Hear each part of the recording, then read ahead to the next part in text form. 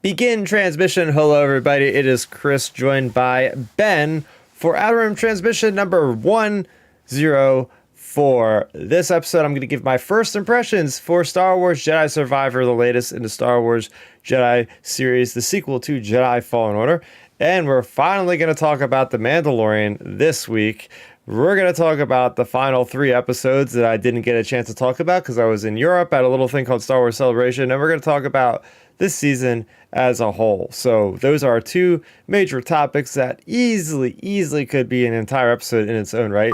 And well, if you're watching live, we've gone live about 2 hours past our usual time because life gets busy. But hey, I had to get the episode out at some point. So there you go. Maybe we'll get some more West Coasters on tonight. Usually we go live every Friday at 9 o'clock Eastern, which we will be doing from here on out for the foreseeable future, unless a crazy emergency arises like last week when my brake line in my car went and completely busted. And I had to deal with that, obviously, because transportation's a little bit important where I live around here. How's it going, Ben?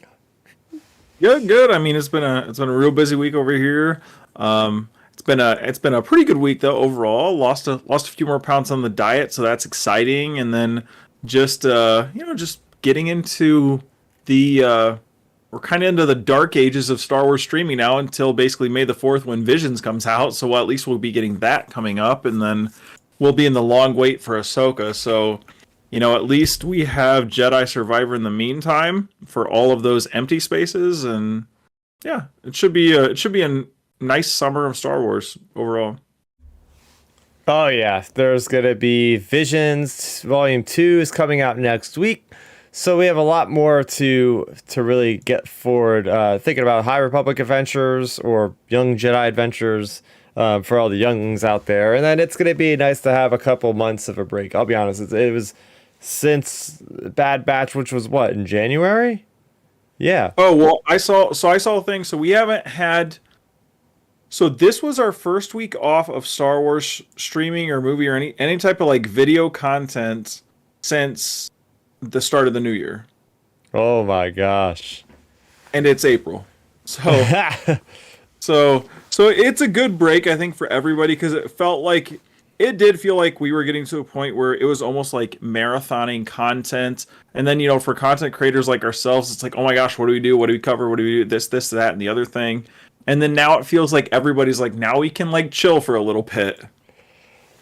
Yeah, seriously. I mean, it's nice and all, but when you're like us and somebody goes away for a couple weeks and you come back, it's like, well, now we're behind about 3 or 4 weeks worth of content, and then we're going to cram it into 1 week to stay relevant, or at least we think we stay relevant. So it's one of those situations that we have tonight where it's like, oh my gosh, all this stuff could easily be one episode, and I wish it was just 1 episode to talk, but we only have so much time here, and It's the East Coast time, so it's 11 p.m. here. It's like, oh my gosh, we're usually getting done the podcast at this hour, but we're going to soldier on through. Unfortunately, Milton couldn't make it for this late night session of Outer Rim Transmission, but maybe things will get crazy. Who never knows? Who never knows? As the time ticks past midnight, me and Ben here might get a little crazy. We'll see what happens. Yeah. Hey, there we go. Oh man! So why don't we lead off with the thing that we haven't talked about in a long time? That's The Mandalorian season 3. So I want to talk about each episode that we didn't review.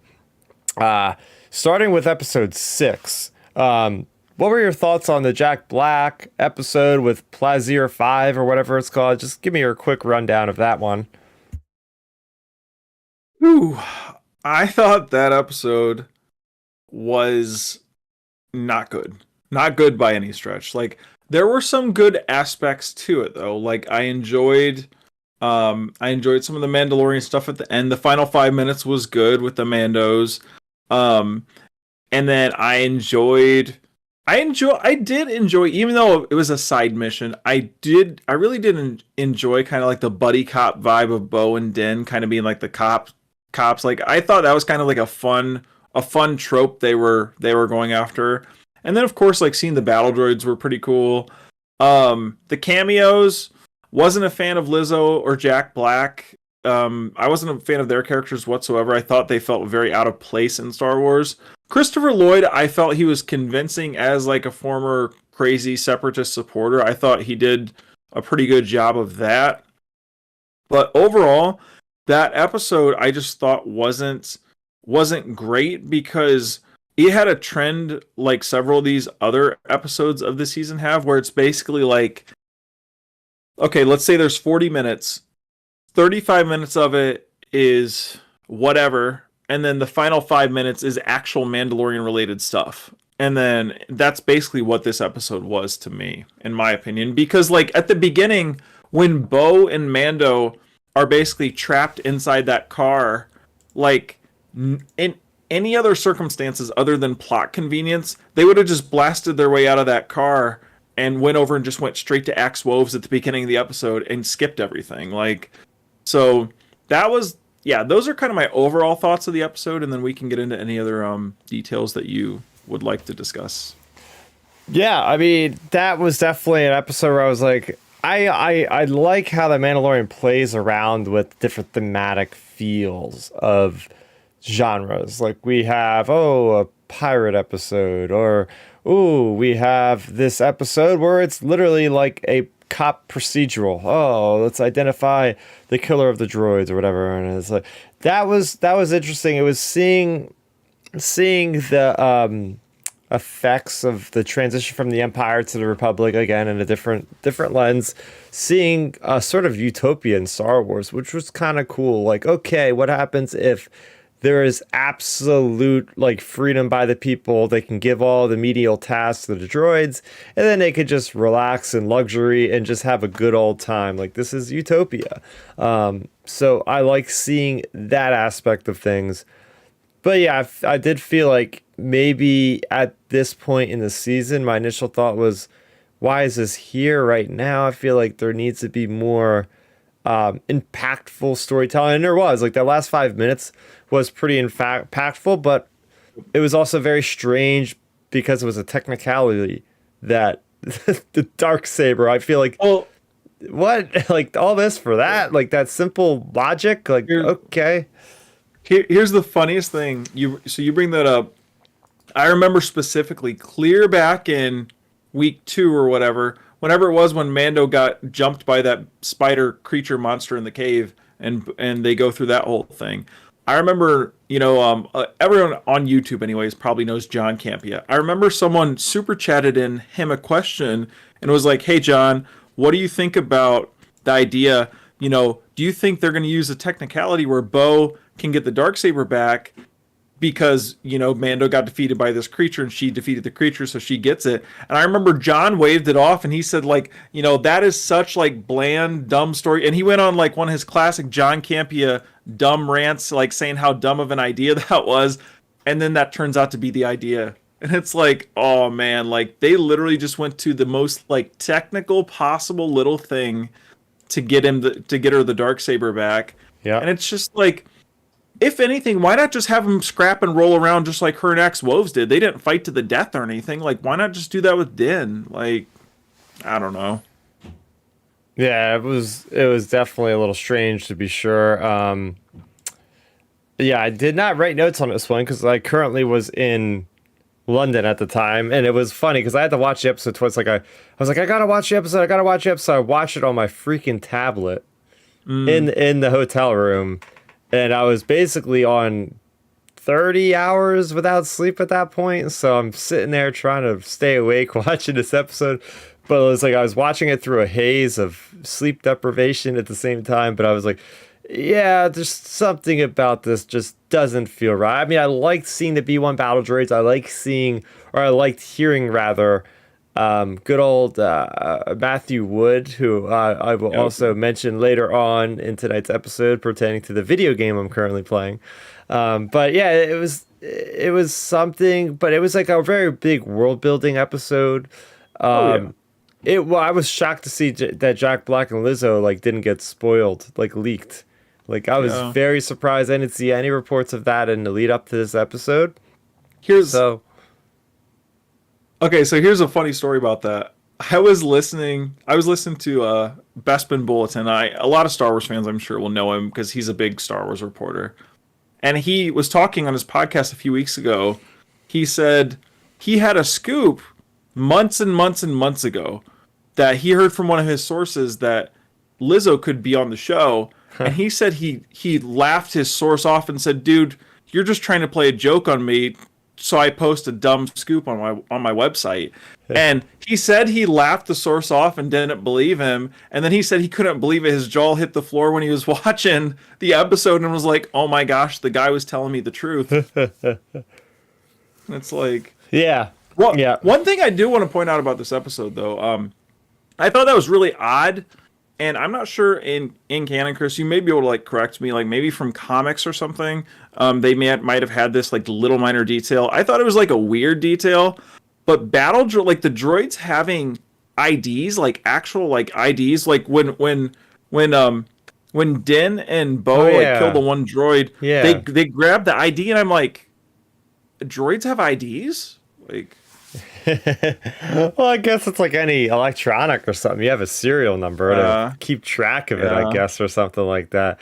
But I mean, what this episode did for the droids was something really cool, because it really turned the droids into sentient creatures, you know, introducing sentience to droids, and hey, they are their own person. They're just not complete slaves all the time. So it was neat, like in that droid cantina, and having like the reverse of the cantina from A New Hope, with like even the one droid like, we don't usually see your kind here, or something like that. It was like, and tying back, it tied back to Kuel with the Ugnaughts, and how Din knows how those people should be respected, and he's the one that can talk, whereas Bo-Katan's just like, "Give me information now," and nobody even cares. They're just like, yeah, whatever, it's another stupid human, whatever. Yep, I really enjoyed that.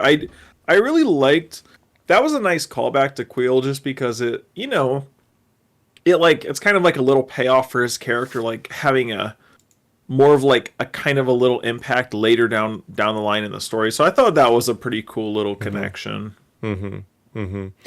Yeah, and you know, the character of the security officer, I thought, okay, I was one of those crazy theorists, speculators, like, oh, we're gonna get this guy to play the guy from Back to the Future. We're gonna get this guy to Christopher Lloyd. Christopher Lloyd is gonna be playing George Sabath or some big high echelon imperial or something. Nah, he's just a guy, a security officer that has a bit of a power trip, basically. It's like, yeah, I can hit this red button. I always thought that was really strange. It's like, oh, I got this big old red button right here on the desk that I could just hit this button, and next thing you know, all hell breaks loose. Well, like, what if you would slip, like, your coffee mug? What if your coffee, what if he walks in tired one morning, I don't know, his coffee slips out of his hand, boom, the whole city's done. Like I don't know, why not have a case around it or something, just so it's, like, at least a little protected? I don't know, I thought that was a really precarious design, too, because it was like, man, that is... Whew, that is I'd be scared working around that. Yeah, but I just didn't think we understood the concept 100% correct. At least I didn't. Like, what was the guy's motivation to even do this? Like, if you're living in a utopia where everything is great, you don't have to do barely any work. It's like, why would you want to sabotage that? Like, oh, the separate. And then he starts spouting off. It was cool reference, but he was talking about the Separatists, like, seemingly out of nowhere. Like, oh, I love the Separatists. Oh, Count Dooku was a great leader. It's like, oh, that's cool that we got a Count Dooku name dropped in, like, especially live action. But at the time, I was like, wait, am I missing something here? Well, see, that's how... I guess I took it as... I don't know. Yeah, that was confusing. I guess I took it as, like, he was bringing up the Separatists because, like, maybe the connection to the battle droids or something, I guess. More of it. I don't know. Oh man, yeah. I mean, so we get to the end. We have Bo-Katan with the Darksaber, and that was a cool little action sequence. I gotta admit, I did like the axe roves, especially seeing him. I was not expecting to see him at all again. Like, it's like, he's got a nice 1 or 2 episodes in season 2, but it's like, okay, they've elevated his position. He is now a lot more. He's obviously a leader at this point, so I thought that was pretty interesting about how they are going about it with this government of this Plaisir 5 or whatever it is, where they are an ex-imperial place. So the Republic, as we know, is demilitarizing everywhere, and they cannot literally have any kind of armed forces, especially since they were Empire to begin with. So it's like, okay, we rely on these mercenaries to essentially take care of our business if we need anything done. And then we need you guys, specifically Bo-Katan and Din, to solve this issue, and then you prove yourselves, I guess, to us or something. So I thought that the politics of it were kind of cool because, again, it like flushes out, okay, the New Republic is still a fledgling in government, and they're still having to do these different kind of decisions that depend on the military might and all that.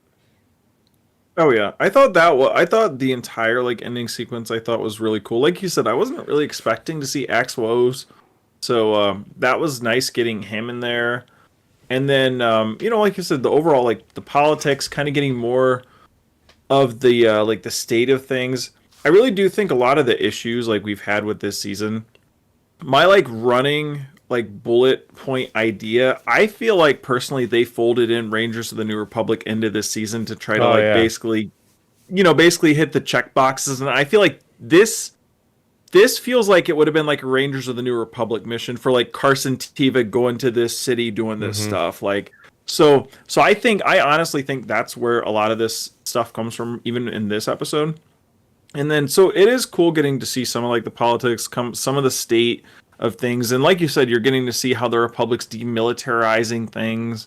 And then of course, we get the little scuffle between Axe and Bo.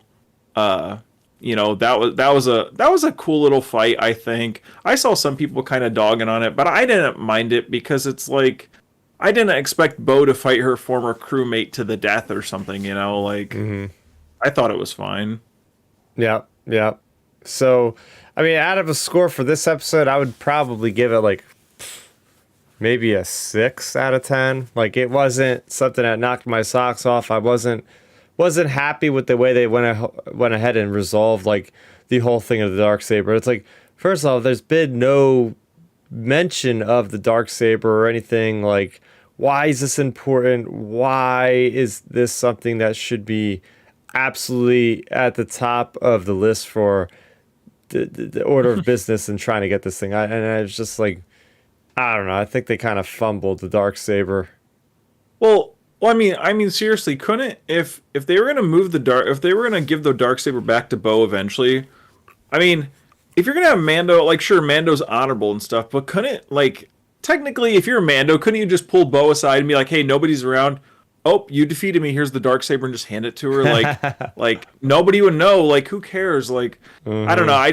Then again, I guess that's real world stuff, but yeah, like, I don't know. I thought that was a little confounding with that whole thing, and especially the way that Darksaber continues in this series. But yeah, I would have to give this episode, I think it's the worst of the season, probably. Yeah. I would say it's a 5.5. All right, so 5.5 is 6 for me and Ben. Now we have the next episode. What was this episode called, by the way? War Mantle? No, that's a bad No, episode. It was called The Spies. No, it wasn't. That was the other one. That was the one we're going to talk about right now. The previous episode was... the Jack Black episode. I'm not sure. I don't remember. Yeah, because when I watched on Disney Plus, literally, it wasn't even updated yet to have the title when I watched it. Well, because that's the thing. When I watch these episodes, I don't know the titles until I see them on Twitter, because I watch it at 3, so I didn't see it. To be fair, they do actually show everybody the chapter title. I'm just not recalling it. It was something with like war. Now I feel like I have to figure this out. I can't keep talking around it. I'll figure out the answer as we speak to the internet that is at our fingertips. It's the only episode I do not remember the title for. Guns for Hire. I just can't believe one thing too. Like, don't get me wrong, you could have put like a newer director on this, but they gave this episode to Bryce Dallas Howard. Oh, I'm like, come on, people. You guys did her wrong, in my opinion. Like, I really don't think they should have given her this episode. It definitely didn't ring as true as the first 2 seasons of the episode she's been involved with. Oh, so, yeah. Not, everybody has their one kind of dud, right? So it's just... Yeah. Just a little bit of a and a lot of blemish, times, too, it's... I mean, like with a show like this, it's not even the directing. It's just the writing. So that's she had to work with Favreau's script. So it's like, That's the thing. you know, I've been saying a lot of other people have been saying. I agree with this. Maybe it's better for season 4 to have a couple writers on board just to well, support. I see. That's a thing I think too. That's like a total sidebar. Gosh, that could be a whole Mm, podcast in and of itself too. Is I think the thing is with Favreau, it's not even just dogging on Favreau, like, oh, Favreau's getting burnt out or whatever. But if you think about it, Favreau, like, there should be more writers. Like, I would feel the same way. Even if Filoni wrote 3 full seasons, 4 full seasons of a show, plus Boba Fett and all this stuff, I'd be saying the same thing about Dave in terms of live action too. Because the thing mm-hmm. is, when it comes to live action, look, Favreau's written more live action stuff than George Lucas has. Now that's saying something. So it's Mm, like, I think it's a time, like, even if you get another, just a co-writer on the show, I think it would be a big help because he has to be getting just, even he might be enjoying his writing, but he could be unintentionally, like, indirectly getting burnt out, from writing so much Star Wars. mm-hmm. That's a like you said. We'll talk about that on a later episode in more depth. But right now we're going to talk about season 3, episode 7, chapter 23, titled "The Spies." Now, a little bit of a precursor to our discussion for this episode. This was the episode they showed us early. So the first day of celebration, they had the big panel, showcase panel. They showed us the first 6 minutes of this episode, and oh man, we'll just jump right into the scene because I love this opening. This was kind of where the rubber hits the road, I feel like, in this episode because they open up what we've all been looking for. What's the Imperials doing? What are they doing? And not only that, we get to see a full-fledged Shadow Council. Last time we heard that term was in Star Wars Aftermath trilogy, which took place right after Return of the Jedi. You had Gallius Rax, you had what we see in here, Brundle Hux. I didn't catch it the first time because I was in a loud auditorium. But yeah, that was actually the brother of Donald Gleason. That's why he sounds and looks just like him. It's his brother. So they did a brilliant job of electing to get the brother in there because it's a perfect casting.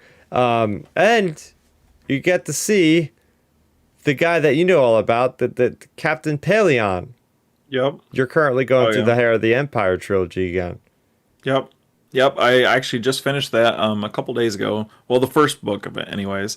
But yeah, I mean, the Shadow Council scene was incredible. Like, I see, like, scenes like those, I feel like they're really good for your general audience members because it gets you interested, like, ooh, who are all these bad guys? Because, it's kind of like flashbacks to A New Hope. And then it gets you really going. For us hardcore fans, we're like, oh my gosh, Paleon, oh my gosh, Hux, oh my gosh, this Yep. person, that person, like, it gets it really going for all the hardcore fans too. So it's like those type of scenes are perfect. And then, like, the whole context of the conversation too, I thought was really cool between, you know obviously you have Gideon requesting support from the council, and then you have the name drops of the different projects. Project Necromancy with Hux, like, Oh, obviously Necromancy, that is with Hux, is clearly the Snoke project, I would say. And then, of course, you really? have, I would guess, I'm I would thinking it's assume, but I Palpatine. do have other ideas for that. I'm thinking Um, that's Palpatine because necromancy basically means you're bringing like dealing with the dead, like you're trying to bring something back from the dead, trying to have the dead speak. Oh, the dead speak! Remember that big old line from, yeah. So I mean, Snoke is a good possibility, and we know Snoke has Oh to yeah, come into the that's picture soon because even in one of the books or something, they said that like Snoke was a well-known friend among the Skywalkers or something like that, like yep, for Ben early on in his life. So yep. you'd think at this point, like Ben is like a couple years old, so there's got to be a Snoke soon. Oh yeah. And then on top of that, I mean, God, we have um I think one of the best parts of the scene, I pointed it out in our group chat at the time, was the part where you have Gideon talking trash about basically like Thrawn, like, hey, Ooh, where's Thrawn, where's this guy, blah blah blah, like, if pretty much saying like, if he's such a big character, why isn't he here with all of you people? And Paleon basically saying, him coming back is such a big secret. Like it's basically, they're using it as a surprise tactic. Like, oh my gosh, if soon as Thrawn comes back into the picture, it's gonna basically like make the galaxy panic again. So, they're using him in that regard, which is really cool because actually in the first Heir to the Empire book, they use Thrawn in that exact same regard. Like Thrawn, through pretty much 90% of the book, was in secret for the entire book, basically. So Man. it's cool. It's cool how they kind of like pulled from that. So it really makes me think, though, like the way they're going with Gideon. Like we'll get into some of the stuff with Gideon in a couple episodes, but so we'll just say in the next one, we'll just say with this one though, it makes me feel like Gideon is not going to get killed by a good guy. I think Thrawn's going to kill him because like you can't be, that's like trash talking Darth Vader or the Emperor. Like you can't get away with that. So I think it's inevitable in probably season 4. Yeah, I mean, yeah, I'm just happy that we finally have this acknowledgement of what's going on with these Imperials. We have Carson Tev out there trying to get the Republic to understand, like, hey, they are organized. It's not just a bunch of straggler warmongers. These guys are getting organized. They have a greater purpose, but no one's understanding. Now we get the first-hand look of, yeah, this is the big picture. They're carrying on the legacy of Palpatine. But are they really? Because they haven't really mentioned Palpatine's name. I'm just assuming that Necromancer is dealing with that. I mean, that's the end game. They're trying to just get the best body for Palpatine to transfer to. They're over there on Exegol. But yeah, I'm just a big fan of these Imperial scenes in general, when it's just like a bunch of officers just talking to one another. We haven't gotten that yet in The Mandalorian, to my knowledge. We've had like one or two talking to each other, but to see a whole it connects council. all parts of canon. Yeah. Yeah, again, like Brendel Hux. This is the guy that was one of the people that was going into the unknown regions, fleeing from the Battle of Jakku. He had his young son with him, and he was there with Grand Admiral Sloane, and she's like, "It is our first order to go here," or something like that. And it's like, oh, the remnants of the First Order, the little T. But yeah, Brendel Hux also showed up in the Phasma novel, and that's the one he gets killed in. He gets poisoned by his own son, actually, I think it is. Yeah, I'm pretty sure it was his. I'm pretty sure it was his kid. So, yeah, it's really cool seeing that paper cannon as tractor beam from the Star Wars Underworld Network. Like, so call it the big moving pieces. It's one big Star Wars galaxy. And I forgot to mention right off the bat of all the things that came out this week. Real quick aside, little digression here. Obviously Survivor's out this week. We had Star Wars Timelines, which is the most comprehensive Star Wars canonical reference book I've ever read.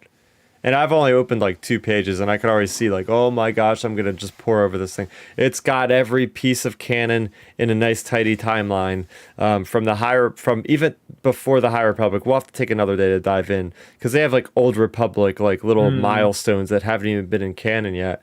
And it goes all the way to the First Order, the fall of the First Order, and it has everything connected from books like Aftermath on a timeline to the birth of certain characters. Like apparently Jabba the Hutt was born 600 BBY. Like really just awesome stuff that's really in the nitty gritty. So there you go. Darth Vader, Black, White, and Red, and the High Republic Adventures Quest of the Jedi #1. So if you were wondering what came out this week, there you go. All right, picking it back up where we left off at the Shadow Council. So, that was awesome. So that was that celebration. We had seen that scene. And then they basically said, hey, we're going to show you an episode. And we're like, huh? Yeah, come back at 5 o'clock today. We'll show you an episode. So we went back. We watched the episode in its entirety. And I said then, and I think I still strongly believe, that was the best episode of season 3. And it was a great episode to show a crowd of 4,000 people, because there was the awesome fan service moments of Thrawn that people have been waiting for. Like, oh my gosh, Shadow Console, like, this is awesome. And then the moment with Grogu, you got to have a big Grogu moment for a big crowd like that, a celebration, and to see that segment of the IG-12 carrying Grogu around and Grogu controlling the thing, technically having his first words. Yes, yes, yes, yes, yes, yes, yeah, So to see him being able to verbalize, even though he can't speak himself, was really funny. And the Meliu run thing in the market there, squishing the fruit, and that was a blast. Yeah. Oh, 100%. Like, I think, I don't remember if I messaged it to you guys or it might have been to one of my buddies, but I think that's what this season has been missing. Like, we've been missing a lot of those Grogu moments. Like, don't get me wrong, I've Yeah. cracked several jokes. I've cracked several jokes, before about like, what are they gonna do with Grogu? Just keep Grogu, Grogu, Grogu, just like go crazy with Grogu. But this season, they dial Grogu way back, it feels like, where it's like, man, we're missing him, and that's hurting the show, in my opinion. And then this episode, boom, instantly felt like we were back to Mando season 1 and season 2 with Grogu doing some fun stuff. We get a few minutes of Grogu being funny, cute Grogu. And like you said, that plays to the crowd, that plays to the hardcore fans, that plays to all audiences because people enjoy that. Like it's not too much. It's just right. Um, and then like the way they did the dialogue, obviously it was like the yes and no's, but just the pauses between him and Din were like it was perfectly timed up, and I really really liked that whole sequence with him in the IG unit. Yeah, and we also get to see what I like in Star Wars is a big fleet shot. Love those fleet shots in Star Wars. And even before we see what happened with Grogu and IG-12, in the beginning of the episode, we get to see this big ship just going over. It's the Arcatan's light cruiser class, and it's got the Mythosaur emblazoned on its bottom. And you got like Gazanti class freighters, you got Fang fighters, you got Gauntlet fighters, like all of these Mandalorian ships. It was freaking magnificent. I loved it. Oh yeah, anytime I see like big vehicle shots and things like that now, I think of you. I'm like, oh man, I bet Chris is gonna like this or that, Yep. because I know how much you appreciate the vehicles and stuff. But yeah, I really love those shots as well, just because they're it's cool just seeing all those different classes of ships, the different designs, like you said, the Mythosaur emblem, like those different details. It's just such a nice aspect added into this series, I would say, and just in Star Wars as a whole. Like Hmm. you always enjoy the ships in Star Wars, no matter. And heck, going clear back to A New Hope, like the Millennium Falcon, it was really interesting, or Leia's ship, or the Star Destroyers. Like it's cool just seeing those ships, the X-wings, whatever. And then now this Hmm. show, we have plenty of ships in these Disney Plus shows. Oh, certainly, certainly, yeah. And I speaking of ships, we literally had a ship, a Mandalorian ship, on the surface of Mandalore. So we have all the Mandos are like, okay, it's breathable. We're gonna take back our place, and it's cool seeing Bo-Katan kind of giving them the rundown of like inspiring the troops, like, okay, this is our home, and they just drop down. And it was a really cool sequence. But then we get to see those surviving Mandalorians that never left even after the purge, and they're out there surviving. They have this cool little pirate ship, and I thought it was kind of well. Before I even get to my next point, I like the fact that there was that tension that was built up in the beginning of this episode between the Children of the Watch and the Bo-Katan's people. I don't know if they're called the Night Owls or what, if they're still called that or whatever.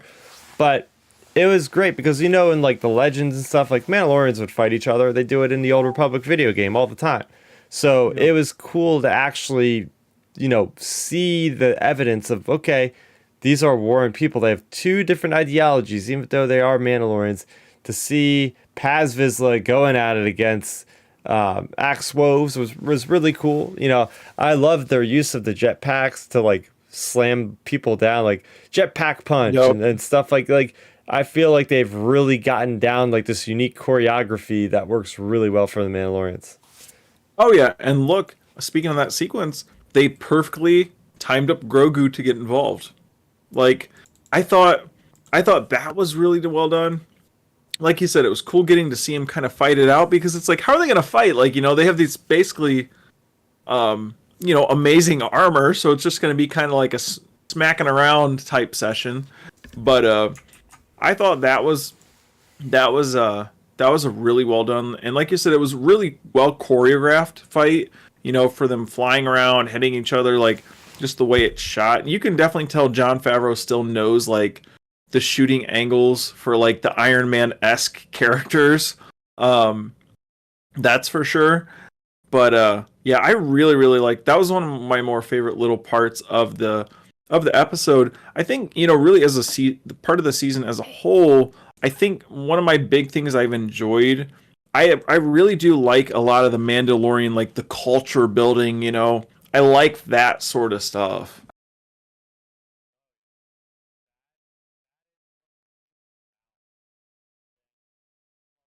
Chris, you're muted. Can't you? That is what the season about is the Mandalorian. So to see that they are doing a good job with that aspect of it, Mandalore getting into the culture, dealing with the differences.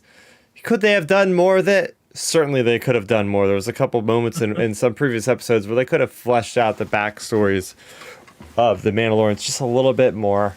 Because I feel like this was the best opportunity where we're on the soil of the Mandalorians, where they came from. Let's dive a little bit deeper in, and that's going to be a negative that they didn't do as we talk about the season as a whole.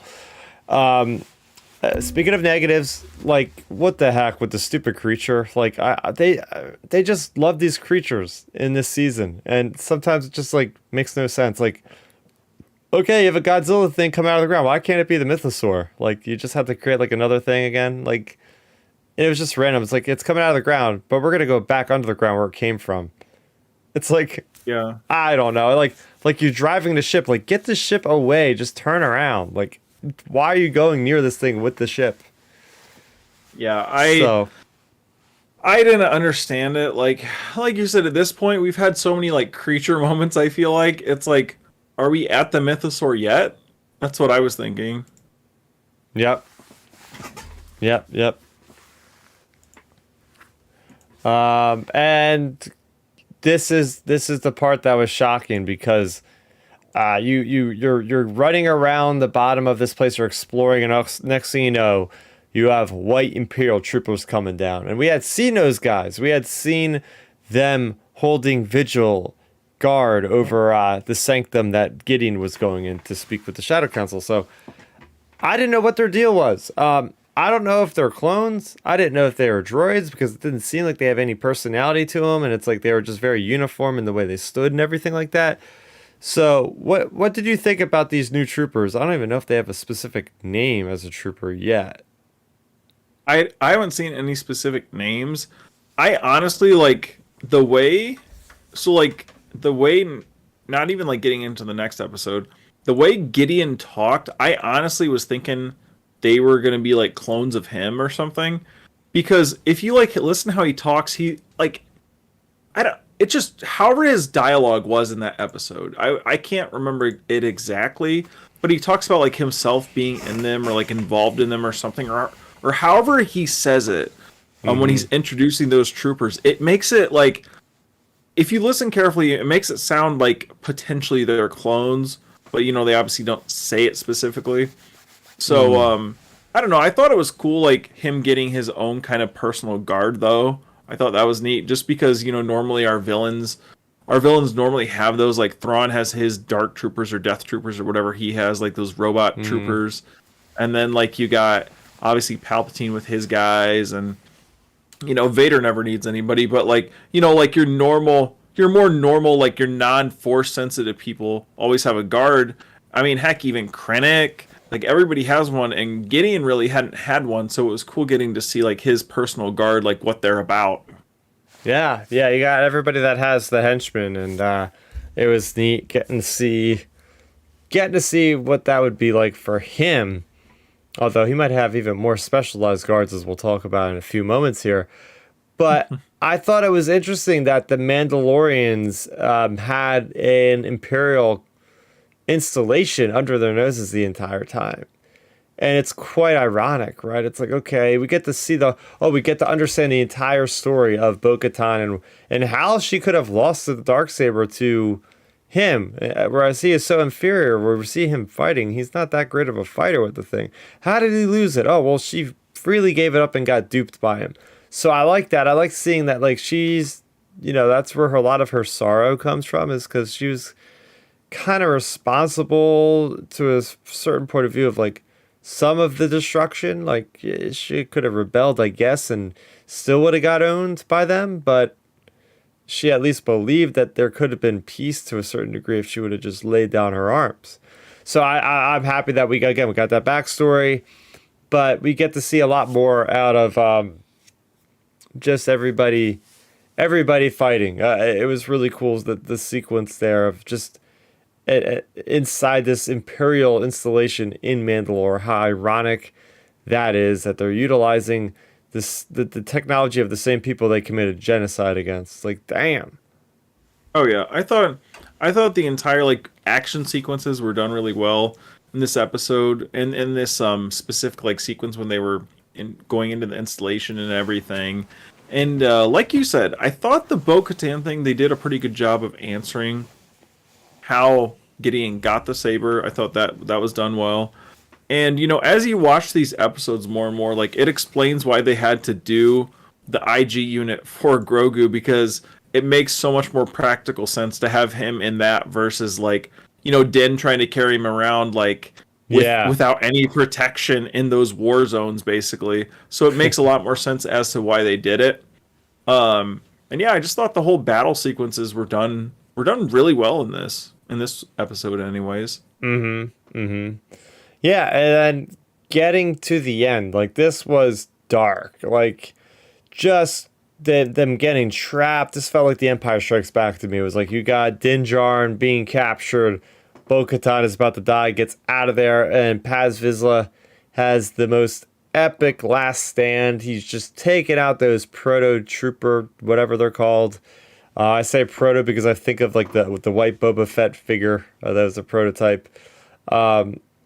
And what this does so well, it did well in the beginning of the episode with tying in book content, but we got a direct sequel trilogy tie-in with the Praetorian Guards going at it with Paz Vizsla. And I love how this scene really shows you the power of the Praetorians. Like, we have just seen Paz Vizsla just, like, mop the floor with all these troopers, and then these red troopers come out and just crush him. So it's like you see the hierarchy of power, and that at least helps me when I watch Last Jedi. It's like, okay, Kylo and Rey are actually really expert fighters if they're just taking these guys out the way they are with that many of them. Here's the interesting part about the Praetorian Guards.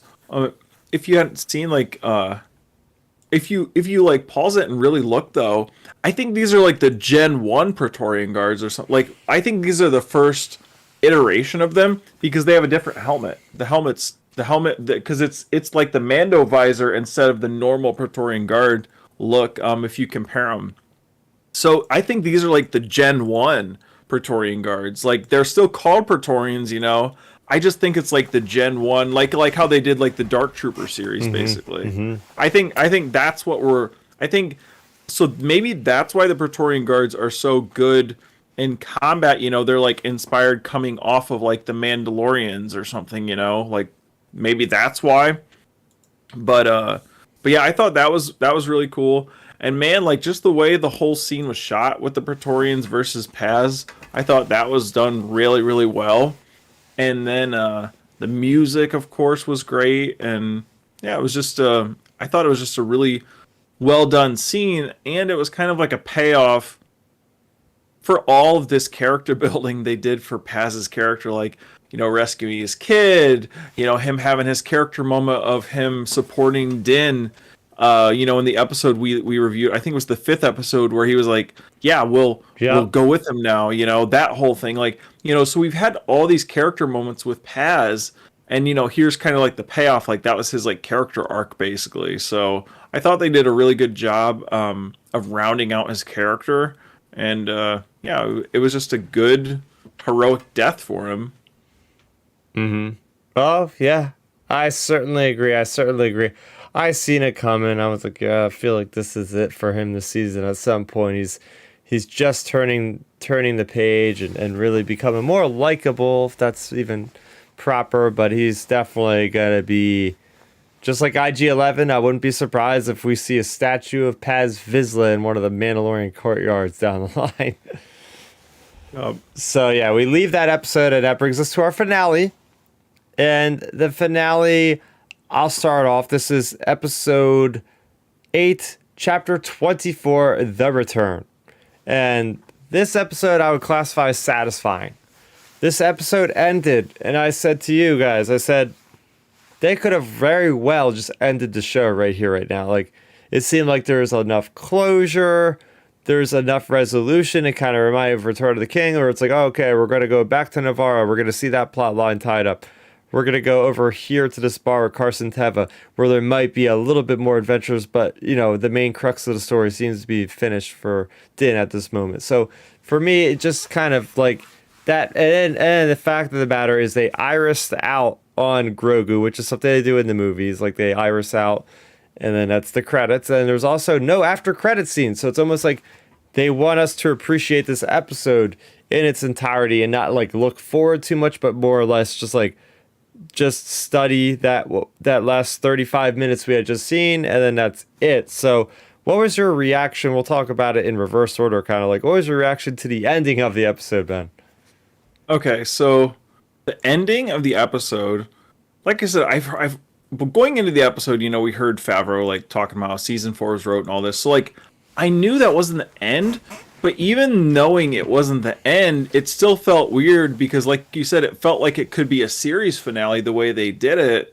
And then, you know, I like started doing some digging and stuff. And by the way, like also for episode 7 and 8 of this season, Rick Famuyiwa doing the directing, like his directing, like say what you want about the content of the episodes, his directing is so good. Like I love his directing style so much. But he actually like inspired the whole ending, the way they did it, off of a Charlie Chaplin film called The Child from 1921. Yeah, I was gonna say fitting, but they inspired, or the kid actually, it was the kid, my mistake. But anyways, like that's how that movie ended, and I guess Rick Famuyiwa's filming style and stuff, like he's taken a lot of inspiration from those early films, and that's where he got that idea from to do that. So you know, you have that. So I thought that was like a really interesting choice to do it, just because it's like, you know, I like the creativity from Famuyiwa, but it's like, you know, there's a season 4, so like it makes it feel like it's the end of the series, but there's still a season 4. So it's like, I don't know, it's just, they might have just gave him like full creative control for the editing or something, and he just said, let's just do this because I want to do it this way.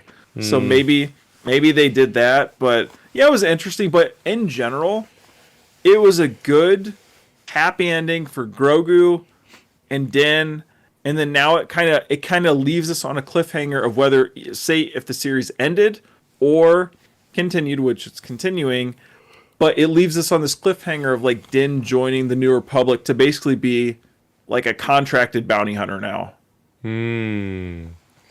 Yeah. So Which I think that's going to be the crux of, like, this is my bird's eye thing though, Chris. So bouncing off like our Shadow Council discussion, I think the crux of season 4, Din's gonna be hunting those Shadow Council members. Oh. I think that's what it is. Like, because what other Imperial warlord, what other Imperial things would he be hunting? Just random officers? I think he's gonna be hunting the Shadow Council for season 4. We'll get into that. This reminds me of what was it? Aftermath Life Debt. They opened up that book, and that crew of characters was literally doing that. They were going after the Imperial warlords and just headhunting them. So it's like that's pretty cool, because that's not, you know, the New Republic is kind of like the Empire in a way. They're gonna hire hired guns to do their bidding because they don't even have a military. So now they need to spend money on these private contractors to get this military stuff done. Speaking of military, we see this episode might even have the biggest scale out of any Star Wars series to date, as far as like that entire episode was basically one giant battle. I was a little bit let down by Din Djarin in this episode. First of all, I thought he got away too easy. I was like, oh, I was really expecting like a cool interrogation scene where like his helmet would come off and like Pedro would be there, and so that leaves us with no Pedro at all this entire season, which is very disappointing. Yeah, I thought that whole sequence of him escaping and Grogu like helping him out and all that stuff. Like, don't get me wrong, I don't know about you. I was talking to one of my good friends about this, but I like okay, so when Grogu first pops up right there with Din, like it feels to me anyways like they cut a whole scene out or something, because it's like it cuts and Grogu is like boom right in scene with him, and it's like, did Grogu just go and like walk around the whole building and just like slip in real quick to right where Den is or something? Because like it literally it like jump cuts and Grogu is right there in the room with him, and it's like it was such a weird editing choice, and it was jarring to me. You know, I'm watching this at 3 a.m. and I'm hyped because it's the finale. Yeah, it's the finale, and I'm like, wait, like I honestly you know, hand on the Bible, like I literally I paused the TV because I thought I bumped the fast forward button on my remote, because I was like, wait, did I just skip something on accident? And I rewinded it by like a minute, and I was like, no, I didn't. They just literally like jump cutted it. It was really strange editing. yeah. So that's not the first time they've done that. I've noticed that before, where it's like, oh, we were obviously missing something that they wanted to trim down here.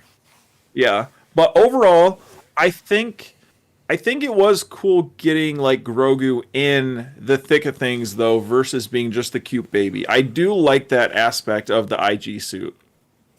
Yeah, and speaking of Grogu, on a little diversion real quick. Might be, actually, I say little, but this could also be a topic for a show. It's like, was Grogu really needed this season? Like, if you look back at the Book of Boba Fett, was it really beneficial for them to like take him out? He could have still been training with Luke all this time, and they could have found ways without using him. I don't know, but it's just the way that the business runs. Like, you gotta have him, and like you were saying earlier in the season, it was like we're kind of like, okay, well, he's here, but he's not really making himself present, you know? Well, like look at like the pirate episode, with the pirate battle episode, we enjoyed that one, but Grogu was barely involved in it. And it's like normally Grogu would be doing stuff. Like, it honestly feels like they had the season wrote. Well, they had the season wrote, and then they smashed in Rangers of the New Republic to however much they wanted to do that, and then they're like, crap, we don't have any. Where are we going to throw in Grogu? Because I feel like they got mandated to make Grogu go back to Den, because it's the whole thing of, it's the thing I crack jokes about with Grogu. Don't get me wrong, Grogu is one of my favorite characters, but I crack jokes about it because it's the whole merchandising thing of like, what's better for merchandising and marketing? Let's think. Have Grogu out of the show for 2 or 3 years, or keep him in the show for every season? That's easy. Like, keep him in the show. Yeah, the biggest egregious thing I've seen from Grogu was the Hired Guns episode we reviewed early on in the episode, where it was like, he wasn't in really the episode at all. All he did was like jump into the arms of Lizzo. And then by the end of the episode, for whatever reason, she's knighting him. I'm like, how much did I miss? Like, last we seen, he was just like in her arms, just hanging out. Like, what the heck did he do to get knighted? Like, what? That could be a Marvel comic, you know? Yeah, I mean, simple like that. You never know. It's interesting the way they've done things, because honestly, I think. So the reason they bring in Grogu, it's just because, like I said, it's clearly, it has to be like the marketing people or the board or whatever, like saying, hey, no, Grogu has to be in this. And then I do think, though, I've had this running like theory, like looking at all 3 seasons of the show. I think by the end of all of this stuff, including the movie, the quote-unquote Mandalorian is going to be Grogu. Like, I think this is just Grogu's story. He's going to be the first Mandalorian Jedi, like, you know, that the armor referenced and talked about, like, from eons past or whatever she says. Yeah. Like I think Grogu's gonna be the next one, the next Mando Jedi. Like I think that's what it's gonna end up being. So I think that's where they're heading with Grogu. But even at that, like why not just leave Grogu out this season and let him be training with Luke for 2, 3, 4 years, and then be a powerful Jedi plus a Mando. So as far as the action is concerned, I would say the choreography in the sequence with the laser gates and Din Djarin and those troopers was absolutely awesome. I got vibes of Daredevil hallway scene a little bit, just because it's like that drop dead, beat down, just use every tool, every skill in your arsenal. And it was like a video game. It was like, okay, wave 1, take these 2 troopers out. Wave 2, take the next. And it was cool because he was like taking their weapons along the way. Yep. Oh yeah, I really liked that sequence because, I joked to my buddy when we were watching. I kind of had the same reaction as you. It was like it felt like a video game. He was kind of like leveling up his weapon set or his armor set or whatever. His carrying items. Like it felt like that. And that's literally what I was like. I was like, man, this feels kind of like a video game right now. How many figures are they going to sell where he has that stun baton and then the shield? That was awesome. That was so cool. Yeah. Oh, I completely agree with you. Yeah. So and it was cool seeing the Praetorian fight, like an unarmed Din Djarin and then Grogu like being in the thick of it with him and assisting him with the force, like force pulling the Praetorians and him just like laughing, jumping around the rafters. Like that was pure Grogu fun. Whereas like he's in the face of ultimate danger and he's having a fun time. Oh yeah. I love that aspect of Grogu. Like those are the things to me. If you're gonna bring Grogu back, we needed more of that this season. More of those fun times with Grogu, and those sorts of things. Like because like when you get those type of sequences, like with him with the Praetorians, it's like that's what we want with that character. We want it to be quote unquote dangerous, but also be like a fun time for the kid, basically. Yeah. As far as for a finale with the grandiose scale, this was great because you had what was going on with Axwove. By the way, that guy has some sick jetpack because the previous couple episodes, these guys couldn't go half a kilometer without running out of fuel. And then this guy's literally going into space with his jetpack. Obviously, they're from different cults or whatever you want to call them, clans.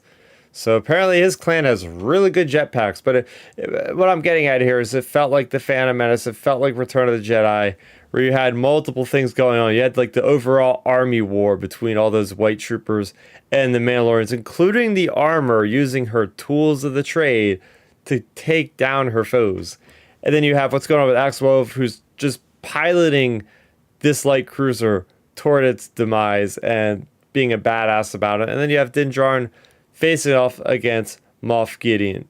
So the Moff Gideon stuff we could talk about because that was interesting. We're seeing this is why I felt like this is the ending to book 1. If you want to call it like this is the first phase of the Mandoverse because now we get the full picture. Why was he getting the DNA from Grogu? What is this obsession with the Jedi? Like all this stuff, it's because of the tanks himself in the tanks. We got clones of Moff Gideon, kind of bringing a little bit of heir to the Empire, some cool expanding universe stuff. What was your thoughts about that with the tanks? Yeah, I thought it was really cool. They actually went there with the clones. Yep. I was like, because after feedback from the sequels, I thought they might chicken out on it, and not actually go all the way and do the whole clone thing. So props to them on actually going all the way and going with the clone arc. And like you said, it's kind of like shout outs to like kind of the EU stuff. And then of course, like the sequel cloning stuff.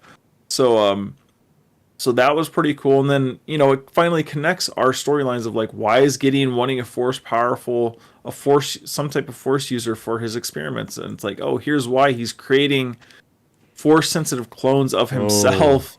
And it's like, there's so much potential there with those clones, and then they like meet their untimely very fast demise, and it's like, okay. Like I thought that was just a little odd. My hope for the Gideon clone situation is I hope he has like a lot more of him somewhere Oh else. yeah, yeah, yeah.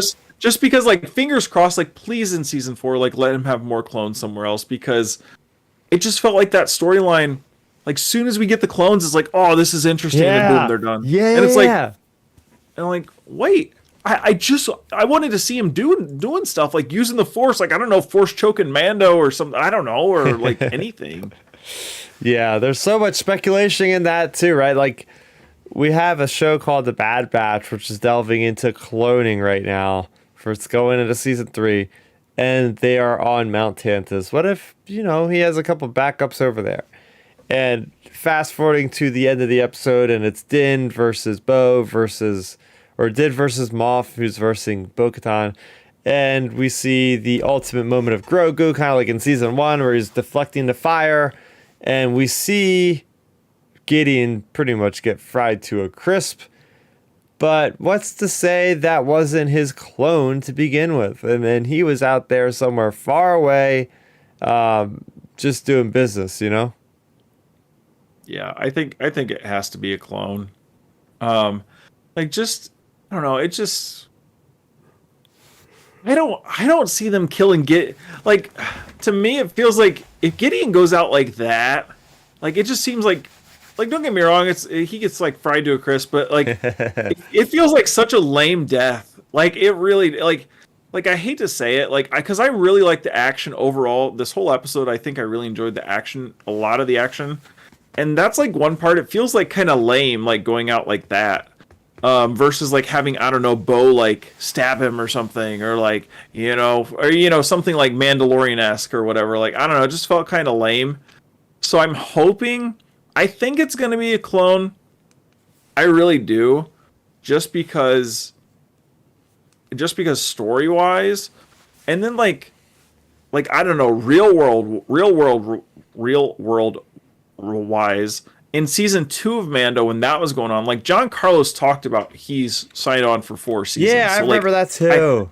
I think it's a clone. It has to be like maybe hey, that might be a big reveal for season 4. Like, what if we get 2 episodes in and like Gideon, I don't know, like pops in on Mando and is like, "Hello, I'm still here." Like I don't know, you know how John Carlos does it, like how he talks, and like, maybe he pops in to like blow the party, basically. Yeah, yeah, it's interesting. I don't know. I feel like this is more of like the series as a whole with Moff Gideon. Like he always shows up in like the last 2 episodes. You realize that? Like it's always just like the final 2. So we really haven't spent that much time with him. So that's, if he is going to be back, he better be more of a focal point, not like a footnote, honestly, because it's like, yeah, like I feel like this guy needs to be propped up more. I mean, he always has such a presence when he is on screen and when he is in the episodes, but then it's like, okay, he's not there like 3/4 of the time. So we need to get him to feel more of a threat. I feel like sometimes it's just like, oh, that's one of the threats, or maybe that's on purpose, Yeah. Maybe when Thrawn gets the scene, that was the lackey the whole time. Now this is the real deal. Yeah, I mean, they might end up going the whole route of, like we said, he might be just the lackey. See, they might have kind of cornered themselves in a situation. They got such an amazing actor just to play kind of a lackey role, And I think that could be the territory where they're straying into potentially with him. But then again, maybe not. Like, let's say for all intents and purposes, that was a clone that got killed. Like, what would be cooler than to have Gideon come back in season 4, be a badass, like, I don't know, cause some chaos. Maybe he kills Axe Woves or something, or like, maybe he does something cool, or like I don't know, God forbid, kills Bo or something. But like, does all that, and we're like, oh my gosh, this big bad villain, and then Thrawn pops in and kills him. And then the thing is, see, this is what I keep petitioning for, or like pushing for in my theory range of things. Like, what? So like with Thrawn, this is why I keep saying this with Thrawn. Like, Thrawn has to kill Gideon, because you and me, Chris, and like all of our listeners, if you're consuming Star Wars content on YouTube, you already know how big of a character Thrawn is. Mm-hmm. But for Chris's mom and my grandma and whoever or his girlfriend or whoever Yep. people who aren't in the know of Star Wars, you have to make Thrawn be this, oh shit, this is a huge villain. What would be better than to come in and him just to boom, take out Gideon like that, and then it'd be like, oh man, this guy means business, Yep. and this is the bad guy behind it all. So they have to somehow set the tone for Thrawn, because all for, you know, like if your mom watches, like when Thrawn pops in, Chris, like if she watches, she's gonna be like, so this is basically just a blue Tarkin. He's standing around, like, you know, they have to make him impactful. Like they have to do something to make him mean something to the general audience that isn't hardcore fans. Yeah, and as much as I loved his appearance in Rebels, I feel like and maybe it was because of the demographic, a lot of what they were targeting for audience, but like he did get duped a little bit too much in my eyes, like on those episodes. Like it was like, the rebels got away somehow. The rebels got away somehow. And I like to think like Thrawn, the only thing, and this is the books too, like the only thing that ever would trick him was the Force itself, because that's not something that the symbol. And I mentioned this before. Apparently OBS disconnected. I think it's gonna. The whole point of a lot of the season was the Darksaber to a certain degree, and we see it get destroyed. I don't know if somebody's gonna rebuild it, but I feel like that was a symbolic moment. Like, okay, this Darksaber that has been, you know, a prized possession. It started with Pre-Vizsla, and we don't know how he got it, but then it went to Maul, then it went to Sabine, then it went to Bo-Katan, then it went to Gideon, then it went to Din Djarin, then it went back to Bo-Katan, and now it has been crushed. And that just like kind of like, okay, like symbols are great and all, but they're not necessarily. If you are a proven leader, like we see towards the end of this, I think she basically became Mandalore. They didn't really say it, but I mean, she's united like the clans that we know of so far. She's there on Mandalore. I think she's everybody. Every title is like Mandalore at this point. But yeah, that's why I like is like you don't need that symbol to be a ruler to have accomplished something. So I thought that was pretty neat, and it was pretty out there for something. I was like, wow, they really did that, you know?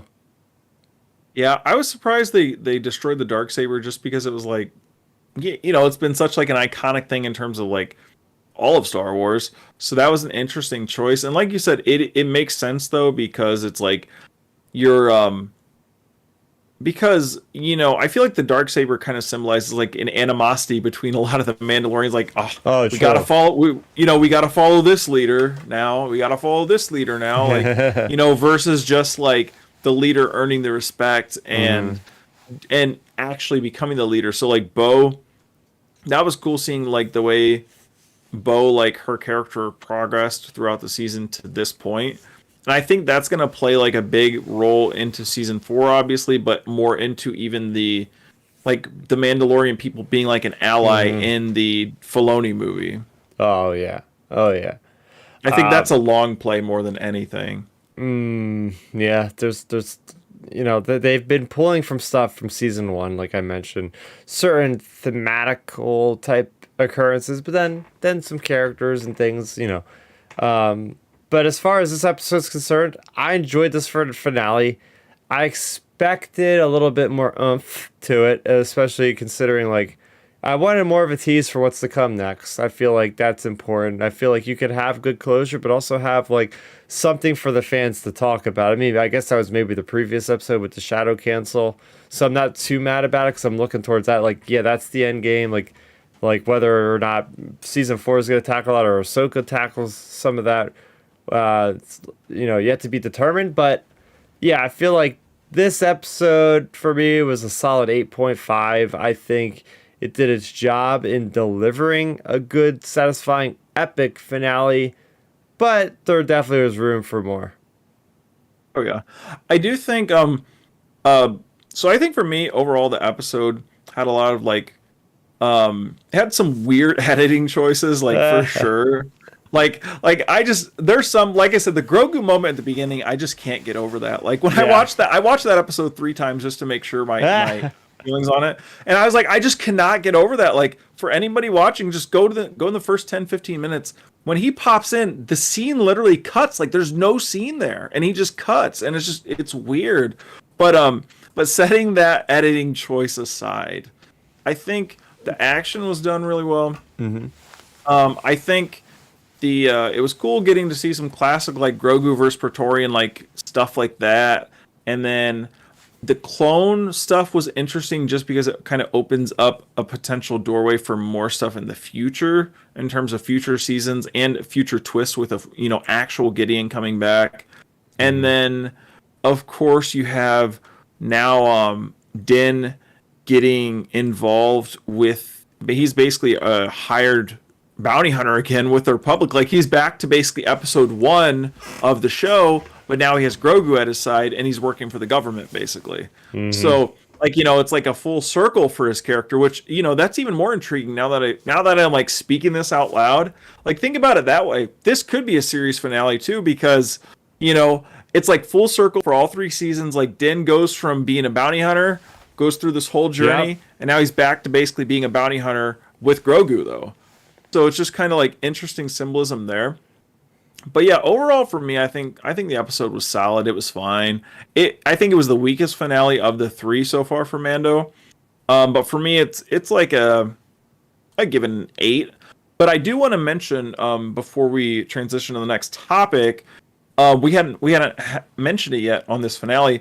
What did you think of the final, like the sequence with the adoption ceremony and like that whole thing? What did you think of that? Because like my thing with it is this. Like, I think I just was like, I thought it was that was one of my weird choices for the episode that kind of like dinged the episode for me, because it was like, I thought we were all under the assumption that Grogu was adopted already, so we just have to like we have to do a whole nother scene. Like, when they did that, I was just like, okay, so I guess he's not been adopted for one, and now he's technically, now after all this stuff he's been through, none of that even counts. Like, it's like him doing his internship but not actually having the paperwork filled out. Like, he did all of this stuff and none of it counts. Now he's starting his apprenticeship as a Mandalorian. Yeah. So it's like, holy smokes, that for one. And then like, so is Din's real name Jaren? Like, since Grogu's named Din Grogu, is he actually named Jaren? I'm a little bit confused, but I also realized that their naming structure could be just specific for Children of the Watch, right? Yeah. Like, you got like Axe-Woves and Casca Reeves and Bo-Katan, and I assume, their names come from, like our names. Like, you got the surname and you take the surname and you have your own first name, whatever. Yeah. So I try not to think too much about it, because it could be just their naming convention for Children of the Watch. But I agree, though, with your first point. It's like, I assumed this was already the case that he was adopted, and it just seems like, okay. Because, like you said, like, they've been through so much, and even the armor gave him, like, the Mandalorian armor. Thing.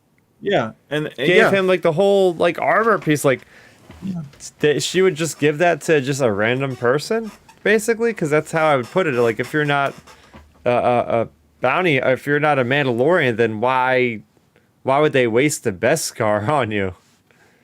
So they basically gave, like, okay, of course Grogu's like Grogu and a Force user and all this stuff, but they basically gave some Beskar to just me off the street. Like, I mean, really, like, so it was just, I don't know. I thought it was kind of strange, like the way that whole thing, like, literally, and it's not even me just like hopping on like the internet to see what people are saying. I literally said that to my buddy when we were watching. I said, I thought Grogu was adopted already from the first episode of the show. Like the series. Like, I just thought Grogu's been adopted since then. So like, I just thought it was kind of like a really strange thing. Also because like Star Wars in and of itself, like, they've been like marketing the father and son thing for so long with Grogu, and now it's like, oh wait, he hasn't been adopted this whole time. So like, I thought that was kind of weird. And then I do like wish they would have done something like in that final sequence, like like I know this is like kind of like meta thinking like about like the whole ceremony like and putting real world stuff on it, but like all right, so it's just like a weird choice. You have like an adoption ceremony. Like, how do you think Paz Vizsla's kid feels over there? Like, oh man, they're doing this big adoption ceremony. My dad just got like taken out by Praetorian Oh guards. my gosh. Like, I don't know. It's just like a weird choice of again a weird choice of scene structure.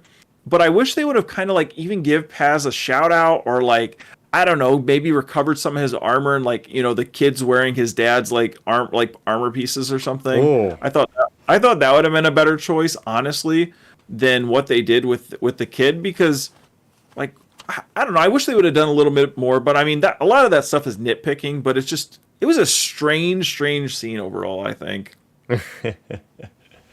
Yeah, so let's wrap up the whole season. The season as a whole. We have Chris in the group. We have Dark Nerdy Gonzo in the chat room. Sorry, I see you guys in there. Thanks for the lively discussion as always. And let's just talk about the season real quickly as a whole. I would say that the thing that struck out with me the most is there wasn't a lot of character development for Din Djarin. I feel like he really took a back seat this season, and I feel like that really hurt it. Between him and Grogu, they had such great storylines in the first two seasons, and it just hurts that he really didn't get a lot of development. And I was really expecting a helmet to be off a lot this season, didn't get it once, so it's like, well, that's a regression. He kind of went back to being a bounty hunter.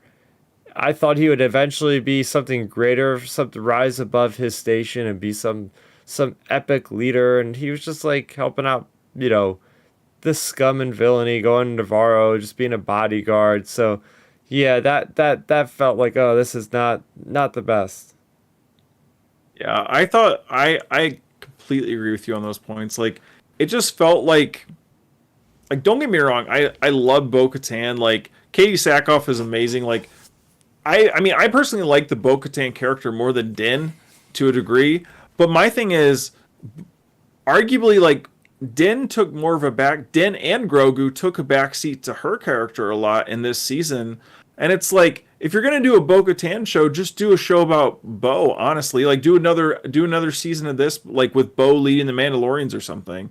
So I don't know. I just thought it was kind of strange how they did some of the stuff with Din. Like you said, it felt like he was taking a back seat a lot, and then like he's going back doing like the bounty hunting stuff where like I thought he was getting away from it. Like, when he got the Naboo starfighter, like I'm pretty sure he talked about like moving on from that sort of stuff, and then he's back into it. So it's just like what is going on? Like, I don't know. It felt like this season was all over the board on some of the story plots for the characters as a whole, honestly.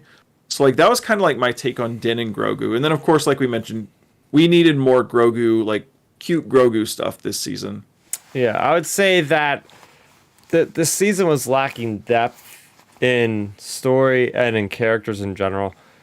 Bo-Katan, this was her season. This could have been called the Book of Bo-Katan for all we know, and it would have been just as effective, right? I really feel like it's great that we have like this through line of bringing her into season 2, then bringing her back in season 3, and giving her this huge role standing besides Pedro Pascal, or at least beside his voice or whatever. But that was really neat getting that storyline. But again, it just felt like everything else kind of took a back seat. It was like, okay, episode 2, we had gone into the minds of Mandalore. I was like, oh my gosh, they've already dealt with the Mandalore storyline, and then little did we know we were going back there to completely take it over. But yeah, it felt like it was missing something again, like that Imperial remnant, and this could have been due to the New Republic, the High Republic, or not the High Republic, Rangers of the New Republic not being a show anymore. I just would hopefully, I would like to think that the reason why this felt a little weird this season is because they were smashing two things together, and by season 4, maybe episode. Yeah, the Pershing episode.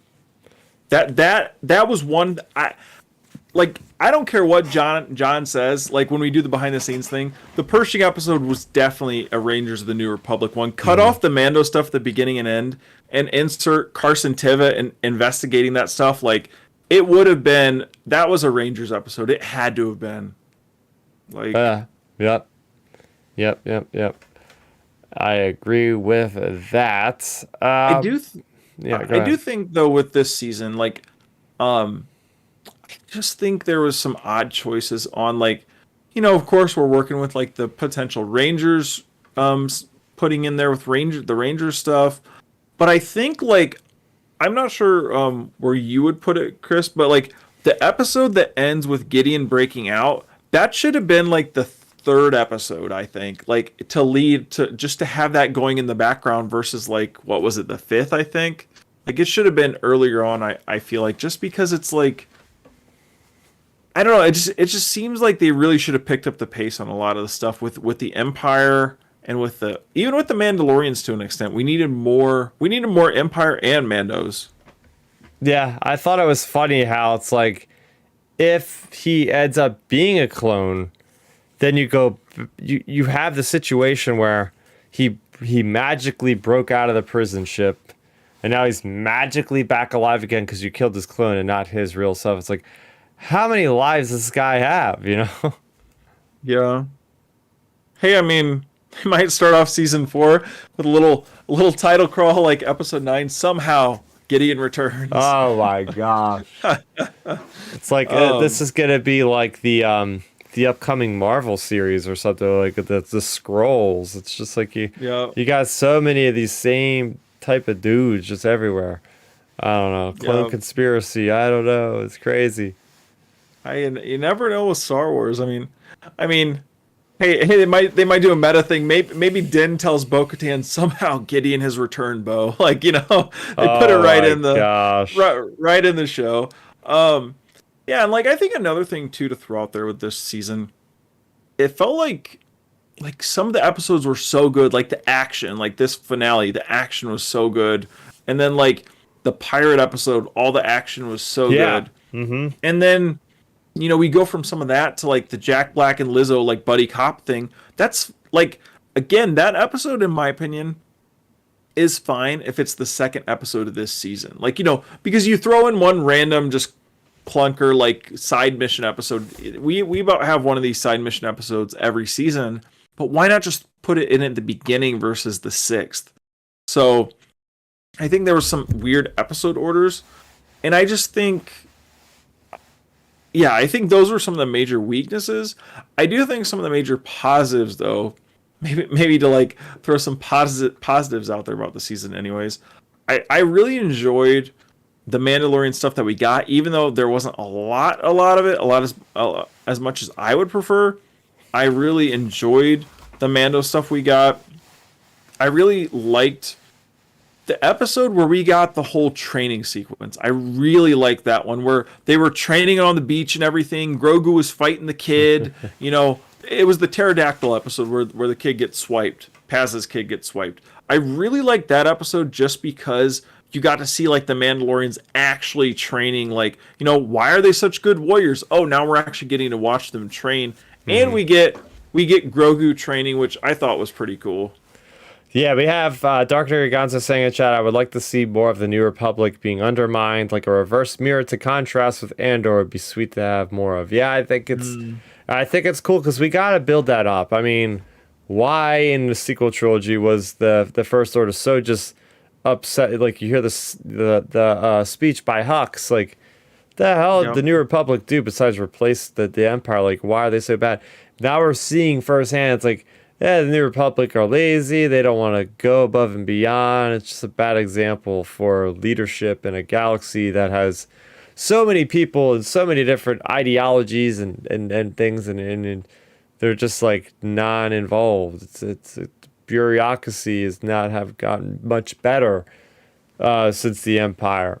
Yeah, but there's lots of great in this season. Like you said, I would say one of the highest is definitely the visual effects, definitely the pipeline of the technology they were able to use to give us, dozens of TIE interceptors, TIE bombers destroying places, like just great Star Wars moments that stand up there with the movies, and this is a chapter of Star Wars that's gonna be in books like Star Wars Timelines, of course, and it's gonna be a footnote in the history where we're gonna be like, okay, this is the Mandalorian resurgence or something like that.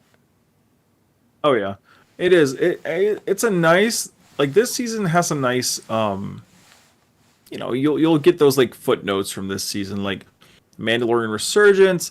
Maybe down the road, hey, maybe we get a thing with Bo-Katan, like the Mythosaur breaking loose, and like, so this will be like the first, like, maybe in like the next timeline book when they do it in 5 years from now or something, like when they update it, like maybe in the next one they'll mark it at, for this point in time, first live sighting of the Mythosaur, Bo-Katan, and you know what I mean, like, like finding a new species, like it'll be like Yeah. first live sighting of a Mythosaur. Like I Yeah. think I could see something like that happening.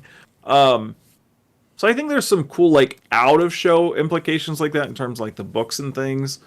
And then I do like that this season actually brought in battle droids. I really like that. That is something to throw out there because it's cool just getting like the battle droids callbacks. Like anytime we get like clone troopers randomly thrown in shows, like the one I always remember is the one from Kenobi. That was always so cool seeing that clone on the street. Like, those type of like callbacks where we get like the clones, the droids, like those type of things I think are all really, really really neat parts of Star Wars, I would say. Yeah. Yeah. So wrapping it up, I would give this season a 7 out of 10. This is the lowest of the seasons for me. There wasn't enough oomph to it. Great battles and all, but just not a lot of meat on the bones for the characters that I care most about. That those are the poster characters, Din and Grogu. I wanted to see a little bit more, although the season did end in a very good way that could go further or stay the same. What about you, Ben?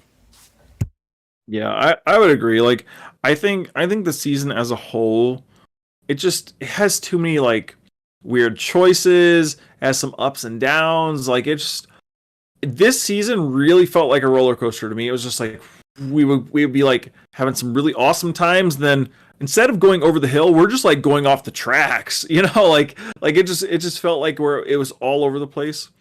So for me, I don't know. I feel like the good thing is, at least with this season being the weakest for me, I think the biggest brightest point coming out of the season is the arrow can only go up from here. Um, I would say this season I went into this thinking about my score earlier this afternoon and what I would give it, and I would say, like, I had it wrote down earlier. I was giving it a 7 as well. I think seven's fair. It's it's fine. Like to me, we're in season 3 of Mando. Like we should be getting big, hard hitting, impactful episodes.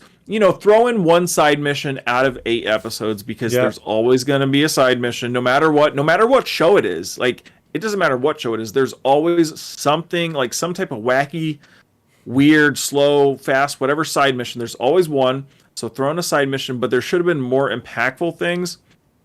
And then I think the thing is with this show, it's just like, I don't know, it just felt like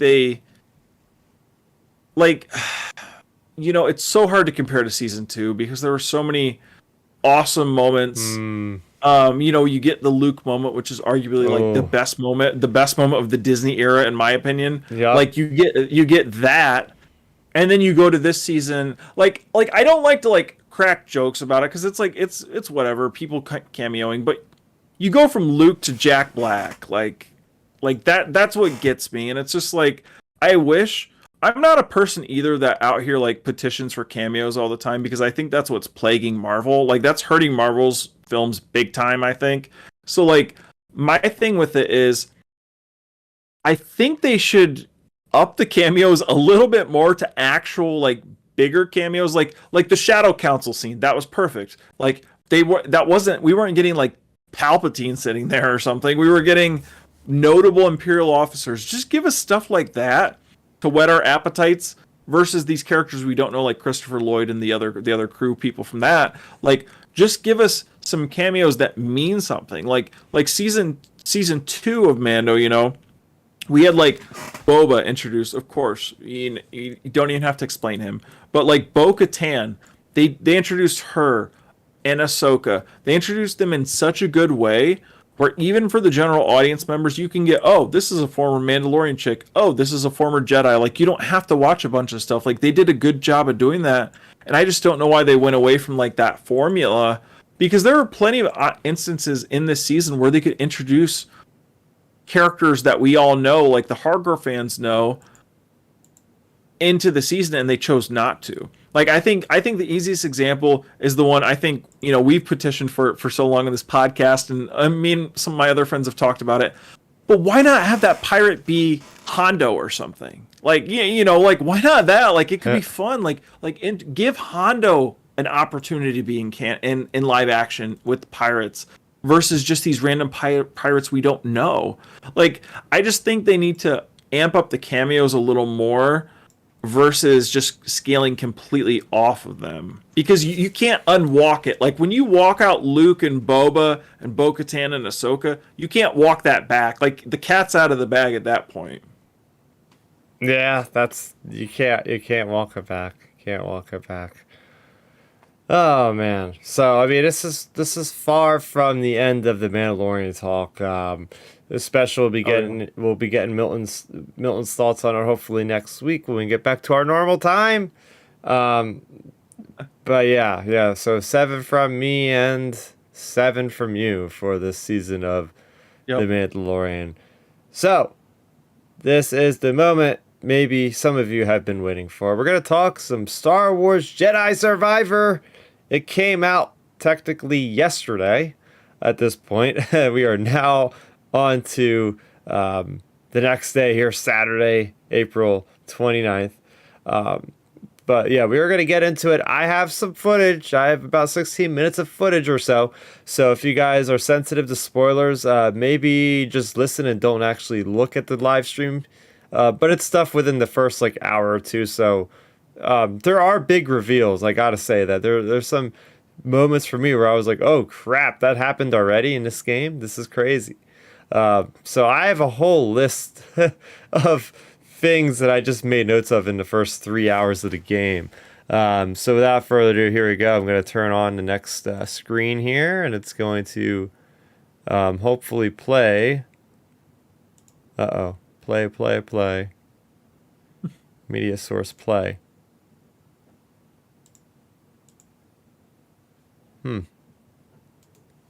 Well, while you're clicking that, let me ask you this then. So, to even start off our Jedi Survivor discussion, so how is the feel of the game going from the first game to the second game? How would do you feel like they made a smooth transition? Like, of course they updated, they added new features and things to the game, but do you feel like it's a proper transition? Like, you could pick up the controller from the first game and go to the next game and have a pretty good transition, and like the overall controls and the movement of Cal and the movement of the characters, like, how's the feel of the game to you? Oh yeah, the feel of the game is perfect. What I will say is it actually, hold on, let me try to do this real quick. You're good. Play. Oh my gosh, I guess I gotta figure out the kinks still. Oh yeah. Play media source. Why aren't you playing? Oh, there we go. Okay, now it should be working. You can see us on here as I'm playing the game, or as I was previously playing the game. I'm going to try to bring up the chat so I can see what you guys are saying at the same time. It should be... Okay, I think it's working now. Yes, it's working now. Okay, cool. Yep. So, yes, great way to start it up. So, that's what I was worried about with this game, right? With this game, I was worried about they were going to gimp the power of Cal Kestis. Like, you're gonna start the game. Oh, you would have to do a test to get the Force push. Or you would have to do a test to get your double blade lightsaber. Nope, it starts you right off. Like the first combat sequence, it's like, press right trigger for your Force push, hold it for groups of enemies, then block with this button and do this. So you automatically have your Force powers. You have your single blade lightsaber. You have your double blade lightsaber. And it reminds me a lot of The Force Unleashed 2, because at one point you get a mind control, which is huge. You get a mind control or like a mind trick, I should say, where you can literally have like a scout trooper like starting to fight its own guys. So Oh, that's cool.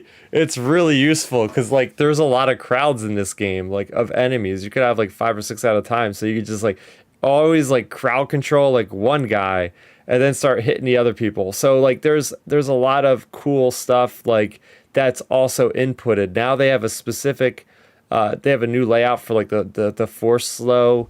It's like you have to hit both sticks down at the same time to use that because now your right bumper actually controls oftentimes a couple different things, including your companion's abilities. So now there's a companion, basically with this Bodakir guy.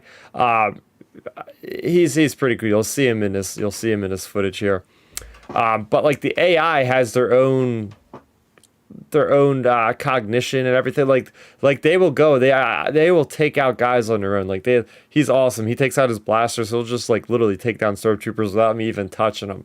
And then you have a special move where you can specifically target an enemy, and he'll go in and he'll throw like a stun ion grenade to stun them, and then you can just go in and start wiping the floor with these guys. So that to me is one of the biggest features of the game is simply the fact that you have characters that will fight with you. At one point, you'll see you have Bode, and you have a character that you're with that has a sniper rifle that is like giving you cover fire as you're like running into the battle, and he's like straight up sniping scout troopers. It's like that stuff didn't exist in Fallen Order. Like the most they had in Fallen Order was your battle in Malicos, and you have Marin like every once in a while like using her like dark magic to like stun the guy or whatever she did with him. So Yeah, that's a well, that was a feature. The whole companion thing, that was an interesting feature to me, like when we were leading up to it. And I was,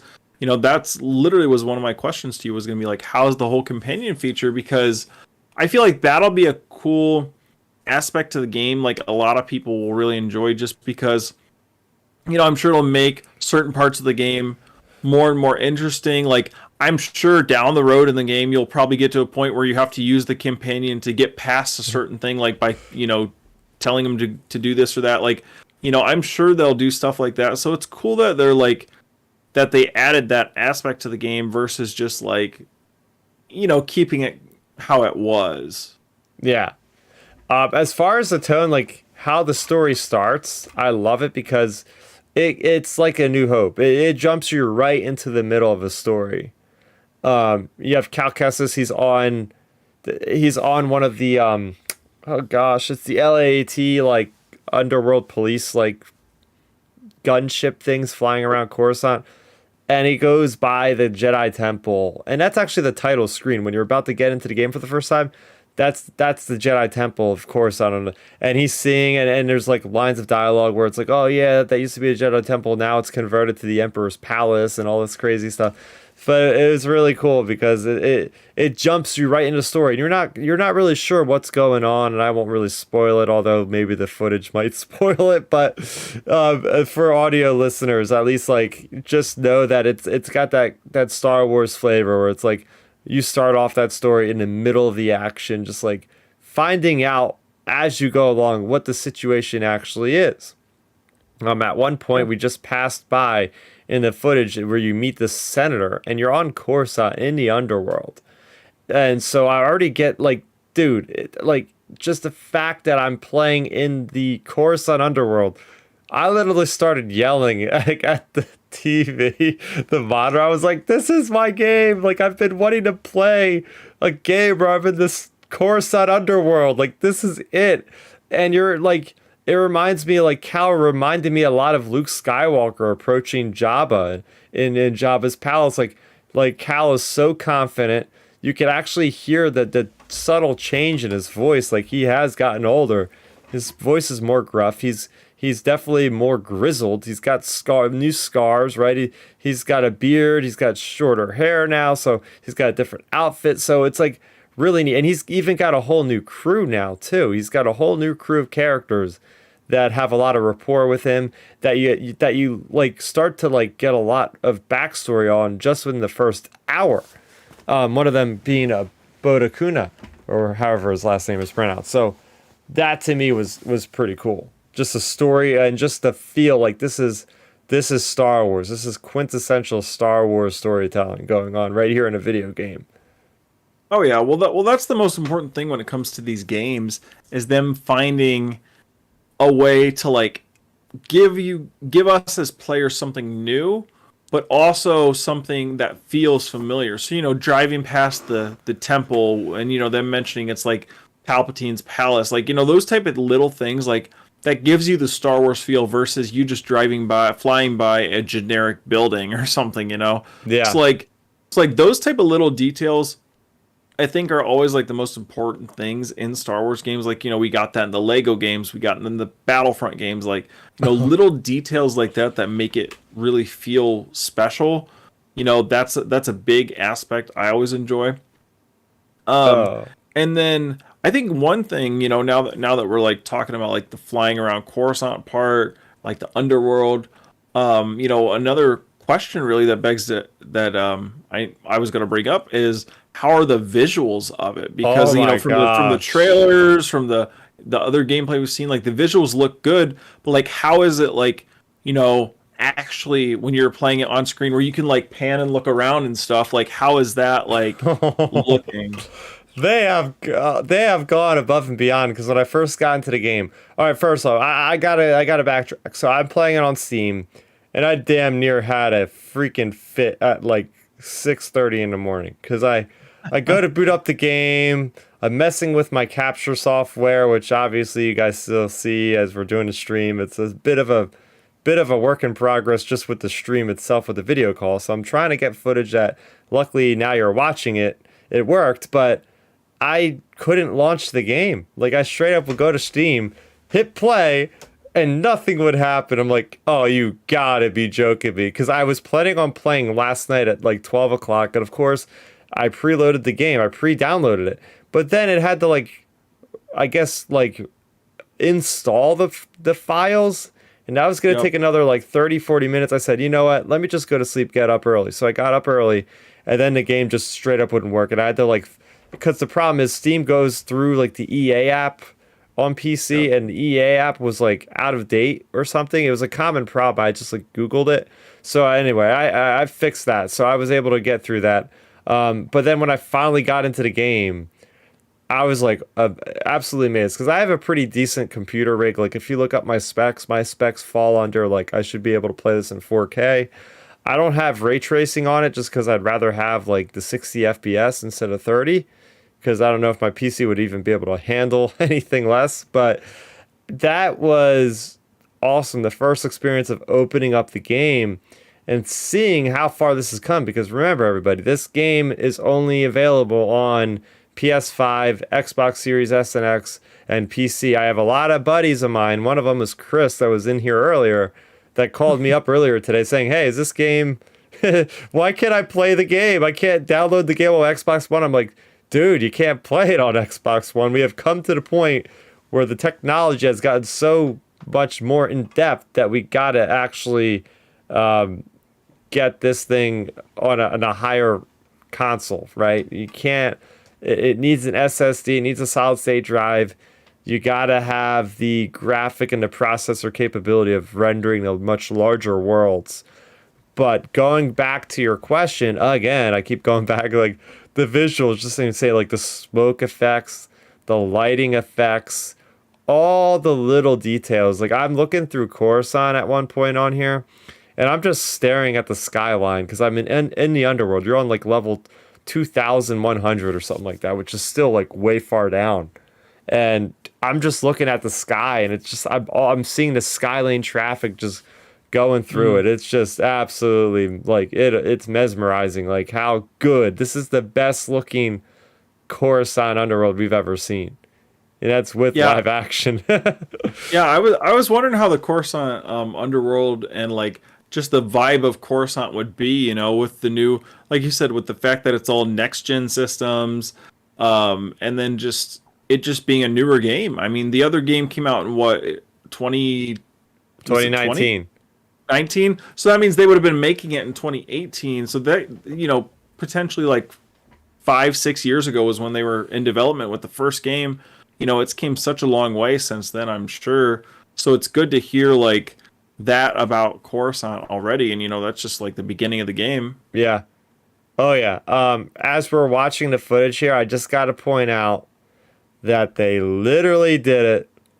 They put the Inquisitor helicopter blade animation in the game. You got to go back and watch hilarious. it, Ben. It's like it's just now as we're talking. They just one of the Inquisitors. I won't say who in case you don't want to know who it is, but obviously you would think there's Inquisitors in the game. But there's one little, it's like a blink and you miss it moment where this Inquisitor jumps out of a gunship and uses the helicopter blade. Yep.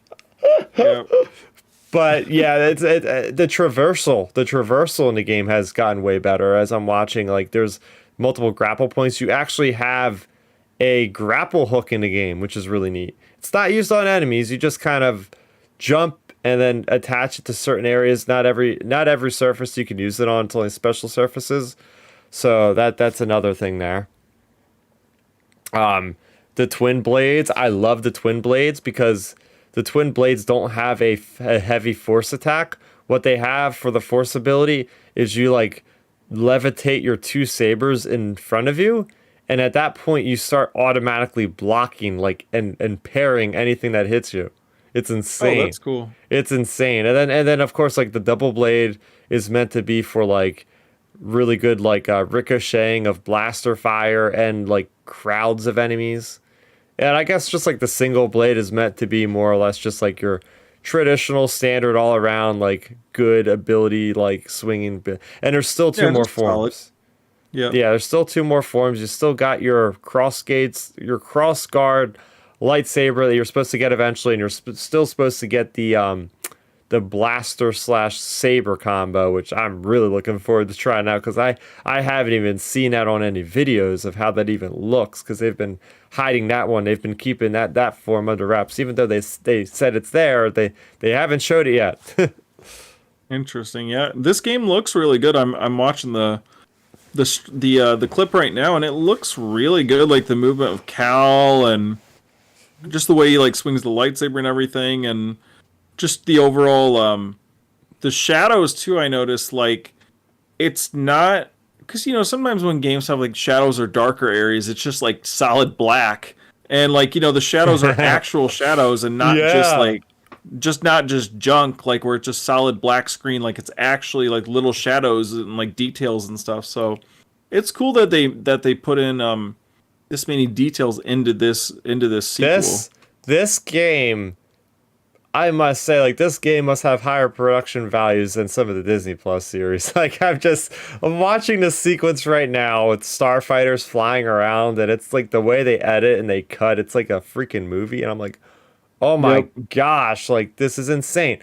So the customization, as we're watching this right now, the customization is absolutely insane. Like if you gotta go back and watch this segment, you're like, look at what I'm doing with BD1 right now. BD1 is almost unrecognizable. I have like this different kind of like, I have BD1 with all of his panels like completely off, and he's just like all the robotics and no like paneling. And then you can go and you can change every type of possible like metal in Star Wars, like chromium, Duracell, and you can like age it to be like super new or like ancient or anywhere in between that. So pretty neat there. Right now I'm fighting on Kobo, which is where you find the separatist droids. You find the battle droids, and as I said earlier in the episode, I knew I was going to come back to it, and I'm talking about it right now at the same part actually. The B1 battle droids, voiced by Matthew Wood. It's so cool. I got my Phantom Menace vibes of that PlayStation 1 game, taking these guys down. Oh. But like, there's moments in the game where I'm just like crouched, like hanging off a ledge, and there's a battle droid just talking to himself, and he's like so proud of what he's doing, and he's like, yeah, I'm just standing here, no one's ever gonna bother me. And I just let him talk, and then I just like eventually cut him down in one saber, and then Cal is basically like, yeah, they talk way too much. That's great. It's cool getting like those type of like little details, when like you said, if you're hanging off something or hiding around a corner, like you'll have those interactions happening like naturally versus just like Yeah. them being triggered by you knocking something over or Yeah, something. yeah, yeah, yeah. And right now I'm running through it. I'm basically customizing Cal a little bit more. Like you could take different clothing, you could change facial hair, regular hair, BD1. Now, when you go to Kobo, which is like your open world basically planet that you're gonna go back to, that's where your ship like gets repairs and stuff. You could actually take out BD1 as a like binoculars, and you could actually mark places on the map where you can go back to. Oh, The interesting. yeah, That's a cool feature. it's really cool. Yeah, the map is vast, and the map is a lot better than the first map in the game. The map from the first game, because you could actually like see like where you've been, as far Yeah. as like making it easier to like track down collectibles, Well, that all that stuff. that's a thing I heard going into this game, that the navigation is supposed to be easier, or they were talking. I heard people talking about that, like the navigation was supposed to be more simple or something than maybe like the first game. Because even then in the first game when I played it, I feel like I beat the first game, but it felt like sometimes in some of the levels, I felt like I was like really walking around, like trying to like Yeah, find my way. And like, does it feel like the navigation in that regard is maybe a little easier, or I mean, how are you yeah. since the So map's updated? yeah, yes and no. I will say like there's still like it's not gonna spell it out for you unless you put Yeah. there's actually some really good accessibility methods in the game, and they said they're gonna even add Mm, more. Like they have ways of I think pointing out things to you a lot easier if you're oh, confused and stuff like that. yeah. They even have like I haven't even tried it out yet, but they have something called like slow mode. So I think like whenever you go into combat, if you're physically or mentally impaired, like they have a mode where like slows down the combat, so you can like Mm, easily like react if you like want to just get through the story or whatever. hmm. They even have an arachnophobia mode. So like I seen this in the Microsoft game Grounded, where like people are freaked out by spiders, and you could actually like change the way that model looks so it looks like something that's not a spider, even though it's still an enemy that you fight. Like it won't look like a spider to you if you're like super freaked out by that sort of thing. Yeah, that's cool that they added those little features. I know when I saw that arachnophobia mode, I was like, "What in the world?" Like I've never heard of something like that. But I mean, it makes sense though, because some people are really like really terrified over spiders, so it makes sense. Yeah, yeah. So I mean, I'm looking through grapple hook. I feel All right, like so, yeah. oh, go on. Now, I feel like there's a lot more heart. There's a lot more character in the story because I don't want to give anything away, obviously, but like there's a moment when you go on a Stinger Mantis and you're like looking back at the good times and you see like Cal's he's in a rough place. Like he's thrown himself in with Saul Guerrero's people, and he's very much like in a mercenary um, kind of way of life right now. He's not with Marin, he's not with Sarah, he's not with Grease, Drydas. He's just on his own, but he's got this crew that's doing this job, and it's interesting just seeing his reaction to events that play out, especially in this first like 2 or 3 hours of the story. Of okay, this is gonna be something that's gonna be really profound by the end of it, because I've not even scratched the surface. Mm. I literally just got to like the first planet. You start off on Coruscant, which is just great. I mean, come on, just like give me my favorite like location right off the bat. I'm a happy camper. Oh yeah. Now with you, have you gotten into the game yet? Where have they started to establish like who your main villain, or like the person, like the main, your main threats will be? Have you got to that point yet in the game, or is it more just like you're still, getting through like the earlier stages of the game? Or have you found that threat yet? Without any Yeah, spoilers, I guess. I haven't really found it yet. Mm, Basically, mm. what happens is you go to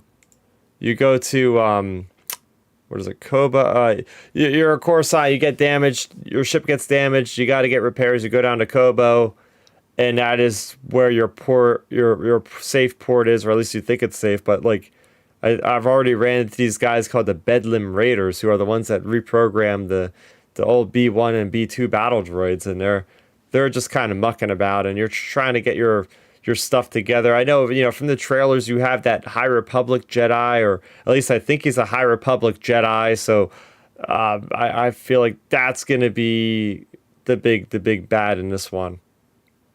Yeah, that's what I was thinking as well. Or maybe he's gonna even be an ally. You never know. I mean, you've seen Marin in the first game. She was very much an enemy, and then she becomes a compatriot of yours. Oh, another thing I have to know. Another thing, because I've watched it happen about 5 or 6 times throughout this playthrough. We have now looped through the footage we're playing again. Which means it's been about 20 minutes of me talking shit about this game, which is pretty fun. Because the more I watch this, the more I can pick certain things out. There is so much dismemberment in this game. I remember people were crying about the first game. They were making it known to Respawn, like, we want dismemberment on humanoids, not just on droids. And now, like, it reminds me, this is where I was saying, this reminds me of the Jedi Knight 2 Jedi Outcast, because in that game, you'd be fighting, like, these dark Jedis, and you would just slice off their hands. But like, it's pretty, watching this footage right now. Oh, yeah, here's another thing. Just like a little canon thing, which I love. You start off the game and you're getting escorted by the underworld police that are seen very briefly cool. In the Clone Wars. Yeah, those guys with the unique helmets, the glowing like eye socket things, like those guys. And then they're delivering you to the senator, and the senator's guards are the very blink and you miss it troopers from Solo, from the Corellia, that have like, they're the ones that have like they kind of have like the shore trooper looking type of armor with the stormtrooper helmet. They have like they ride their speeders. They might be called like a patrol trooper or something like that. But like, you got those guys. I was just wiping the floor with them right now. Oh yeah, it's cool getting like those little connections to canon versus like them just making straight up all new like troopers. Like, I could see already, like, there's so many new additions to the toys and the miniature games that I play, and just in the first 3 hours I'm like, well, they could add this to the game, they could add this to Hasbro's toy line, they can make this a new ship that you could put in this game. Like, there's so much added stuff here that it's just, I can't even wait to see what's beyond, like, because all we've seen in the trailers is basically Kobo and a little bit of this Coruscant mission, and that's it. I have been like hardcore on not looking at any articles, not even if I see Jedi Survivor on my feed or on Facebook or Twitter, I automatically just scroll right past it. I don't want to see nothing. So far that's been good. I have not been spoiled. Apparently there was leaks earlier in the week about the game, and I'm like, good, I dodged those. I'm happy about that. From what I can understand, everybody's really happy with the game that has played it so far. I haven't really seen too much today. I've been very busy outside of playing a game with job and real life stuff tonight. As we're recording, it is now past 1 o'clock in the morning. So this is for me to be this excited to talk about a freaking video game must mean something good for you guys here, because I mean, I would be in bed 3 hours ago if it was my choice, but because I also did not get much sleep because I was playing this game. I got up incredibly early in the morning to start playing this game before work, just so I could have something to talk about with you guys tonight. Yeah, that makes sense. Now, so now with this game, how's like the music soundtracks in the game? Are they pretty good, or just like your great. normal? Yeah. They actually had. I was watching the Celebration stream, which I finally watched all 4 days worth. That's my tradition. I'll come back from Celebration and I will watch like the whole thing minus the panels that I've seen. Obviously, I'll skip those. Yep. But the composer for this game was on the live stage at some point, and yeah, so it's really cool. He's back again for this game, and I love Cal's theme. Like, that's something I meant. I noticed right away. Another thing that's not part of the game that I've played. I mean, let me word that again. Another thing that they have announced on their website is they already have a photo mode at launch, which is great, because I don't think that was at launch with. I might be wrong. Maybe it was at launch. But anyway, they have a really cool photo mode, which is a lot of fun. I played around. That's actually what my thumbnail is from. I did not actually like modify much. I literally just like took a screenshot. I was like, all right, this is our thumbnail for the episode this week.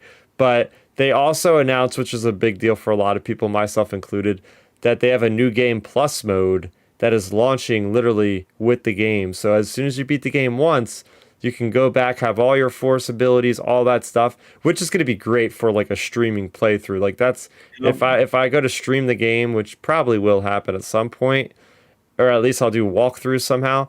I'm gonna probably just do the new game plus mode and just like blow through the story with like every force power unlocked or whatever. You know what I mean? Because that would mean I guess you could keep getting more skill points to unlock. Because I haven't even I've gotten a couple force powers. Like now you can upgrade each of your lightsaber abilities by specific stance. So if you really like your single blade stance, you could prioritize that first. If you want to focus more on the force, you could do that. You could do like your mind control builds, or you could do your telekinetic builds, or you could do like your straight up stamina, your stims for your survival. So there's a lot of customization just for that. And then I believe they were saying in a trailer on IGN or something, like there's another thing called perks that I haven't even gotten to in a game, by going into these like Jedi temple things and you complete them, and then your perks actually modify certain abilities that you have to make them specifically unique. So that on top of customizing the stuff with the looks, but the new game plus mode will allow you. There's like 3 different things. It's like one of them. It makes Cal really really tough to like. He can put out a lot of damage, but then the enemies also put out a lot of damage. You could also enable something where every time you die, it like automatically shuffles Cal's appearance and BD1's appearance. Cool. So that would be a really fun one for a stream or a recording on YouTube. Like, hey, what am I going to be this time? Oh, wow, look at I have a mullet and a long ass beard for Cal Kestis for until I die. Yeah. So it's like, that would be a really fun one for people to watch. So. Oh yeah, that's cool. That adds a bit of replayability into it. Like that's the important thing with games like this, or any games really. You know, after you beat the game, you want a reason to go back and actually play it again. Like Lego's always had a good track record of doing that, because you have to play the game twice to beat everything. At minimum, you have to play it twice. So like, it's cool that they added in like these extra like the plus features where, you know, it just spices up the game a little more, so it'll allow the game to continue to be more replayable than just like play through the story and then never play it again or something. Yeah, and I was already going to say that this game has a lot of replayability just from the fact alone that you have 5 stances and you can only select 2 stances at a time. What I mean by that is like you have to go, I think, to a meditation point. So if you wanted to, you know, switch out your single blade for, let's say, the cross guard, you'd have to specifically go to a meditation point, which by the way now have fast travel points. So you could actually go to a meditation point and then fast travel instantly to another one that you've unlocked already. That's so cool. I just found that out. Really nice. This is what I mean. This is why this game is a sequel that every other game should aspire to be. Is they've literally not changed the formula. They've only enhanced and added the formula. For instance, like a really quick, easy thing I can explain right now that is just a very like, quality of life thing. So in the first game, you used to have to climb by like holding the left trigger and then jumping on like a climbable object. And if you let go of the left trigger, your guy would just fall off the thing. That doesn't even exist anymore. You don't even have to do that. You just jump onto an object, he automatically sticks until you jump off. Yeah, that would drive me crazy in the first game when I was playing it. Yes. Dude, like the times when you had to climb and stuff with him, I literally did that over and over again, and I didn't realize it. Like when I was first playing through it, you know, I guess I didn't pay any mind to the directions because, you know, you're just playing through, and like I literally just kept like falling, and I'm like, oh my gosh, like what is wrong? And it's cool that they like fixed that in this game where you don't have to worry about that. Yeah. So that was a lot of fun there. I just keep watching. I can watch this footage all day and just keep saying more stuff about it. But I think I've covered everything. At this point, I'm probably gonna just start narrating what I'm watching. and like for instance, like, oh my gosh, like the guy Boda Kuna just straight up like looked like Django Fett because he was just jumping up as my companion with his jetpack, and he used this dual pistols and shot this guy dead. I'm like, oh, this is just the kind of stuff I was looking for. You know, like say what you will about Mandalorian season 3. Say what you will about Andor. Say what you will about the High Republic, which I absolutely love, but when it comes to Star Wars, like Jedi, the Star Wars Jedi franchise since 2019 has been my like very favorite Star Wars to date. And to have this amount of hype going into this thing and for it to somehow exceed the crazy amount of hype, I'm just gonna put out this out there. I know I'm a crazy man for saying this, but the trajectory for where this game is going, this is gonna be better than the first game, which means this will probably be this will be the best Star Wars game I've ever played if it continues to be this way. Oh yeah, it's definitely that going to simple. keep trending up. I mean, it's so popular, and they're in a perfect time though right now, like we mentioned, where there's not a lot of Star Wars stuff going on other than this game. So it's not like they're distracted by like, oh, we have 3 episodes left of Mando or Andor or Ahsoka or whatever. This game can just basically shine on its Yeah, and I own. like that because it was going to originally come out in a deluge of all the other things. It was going to come out before Celebration. It was going to come out during Bad Batch, during Mando. So it's kind of like, well, crap. It was going to like, be this is 6 weeks ago. Because it got Yeah, delayed 6 weeks, so it would have yeah. been 6 weeks ago.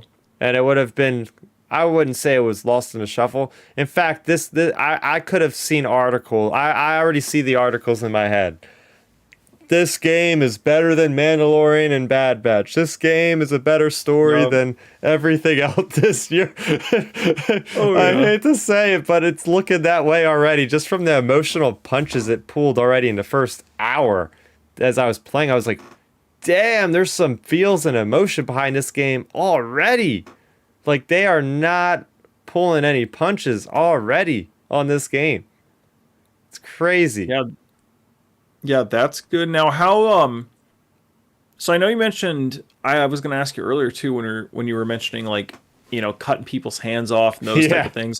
How is like the environment like interaction like the actual environment like can you like destroy stuff or like how's the like I don't know, can you like force push a tree over or I don't know, a building like how is your overall environmental stuff? Can you pick up like a crate and throw it at stormtroopers and stuff like You how probably can, but I've been pretty bad with the force powers, I'm not gonna lie. Like, mm, I've just been so.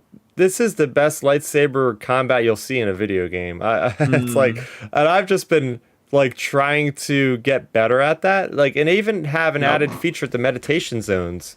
You could actually have training at the meditation zones, so you can go in and you go into like an alternate reality in like your mind, and it basically has just like training tactics for parrying and dodging and stuff like that. So I've just been trying to get better at the saber combat, and sometimes I forget that I have the force. So I'm just like, That makes sense. oh, okay, yeah, that's right. I could still force pull and force push and all that kind of thing. But but no, I haven't seen if I could pull objects and push them. I probably can. I think you could in the first game, right? But I was gonna say you could in the first game, I yeah, think. yeah. But as far as like knocking stuff down, like you can't really do that. Although I've Yeah. had fun, and you could see it in two different instances in the gameplay loop, of me like running and force pushing a trooper down like an endless chasm. That is so Yeah. satisfying, and it's so easy to do. Especially with the B1 battle droid. I kind I force pushed a B1 battle droid, and I just watched him fall about 500 feet yelling. It was like, oh, this is Yeah. perfect. Oh, another thing I forgot to mention: when you first start up the game, they have a really cool like previously on Fallen Order kind of segment, Oh, and that's cool. I gotta commend Respawn for doing that because there's a lot of sequels that they just put you in the story and you're like, wait, I haven't played the game in like 9 years, the previous game. Like, what the hell is happening? So you don't have to watch a YouTube video if you think you got to catch up. You don't even really need to because I think they do a great job, and it's a great visual effect of how they do it with the damaged holocron from the first game and all the big essential things that you need to know are showcased there. Also, another thing that makes the game really cinematic is anytime you're playing the game, obviously it's full screen, but then when it goes into a cutscene, it literally like shrinks, the black bars, the letterbox thing comes into play. So I thought that was a really nice like cinematic touch that I haven't seen in a video game because it really makes like this is a cinematic video game we're playing. Like this thing is literally basically a movie that you're interacting with, in that first act so far that I've played. Oh yeah, I mean, hey, it's good that it's like really visually pleasing versus not versus just they could have, what's the word I'm looking for, like rested on their laurels or whatever. They could have just copy and pasted like the visuals from the first game and just been like, hey, here's the second game or whatever. So it's cool seeing like that they actually like amped up the Yeah. visuals Yeah, in yeah, that way. Because yeah. you see that with some games, and I mean, heck, you see that in some shows sometimes. Like, a season will go from a season to a season, and you're like, they didn't amp up anything.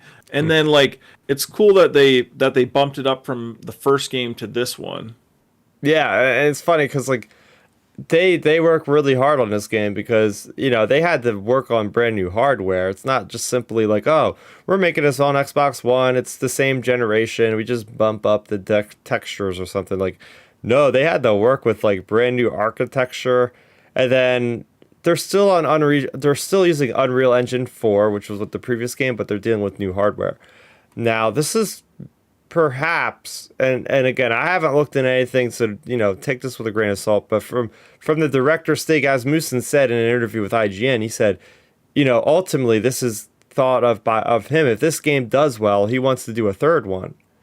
But he Yeah. said if he does the third one, obviously they're going to use Unreal Engine 5, which is the most contemporary, the best looking graphics you can get.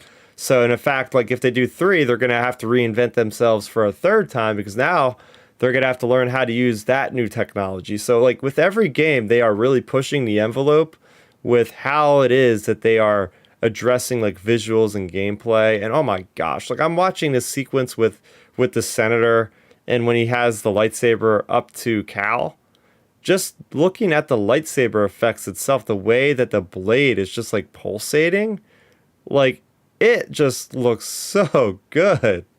Like, Oh yeah. jeez. It looks amazing. This like if you're looking at this from a distance, like I am, this looks like I'm watching a movie. Like it almost looks like Uncanny Valley. Like it's if you're far enough from the screen, this looks like the movie.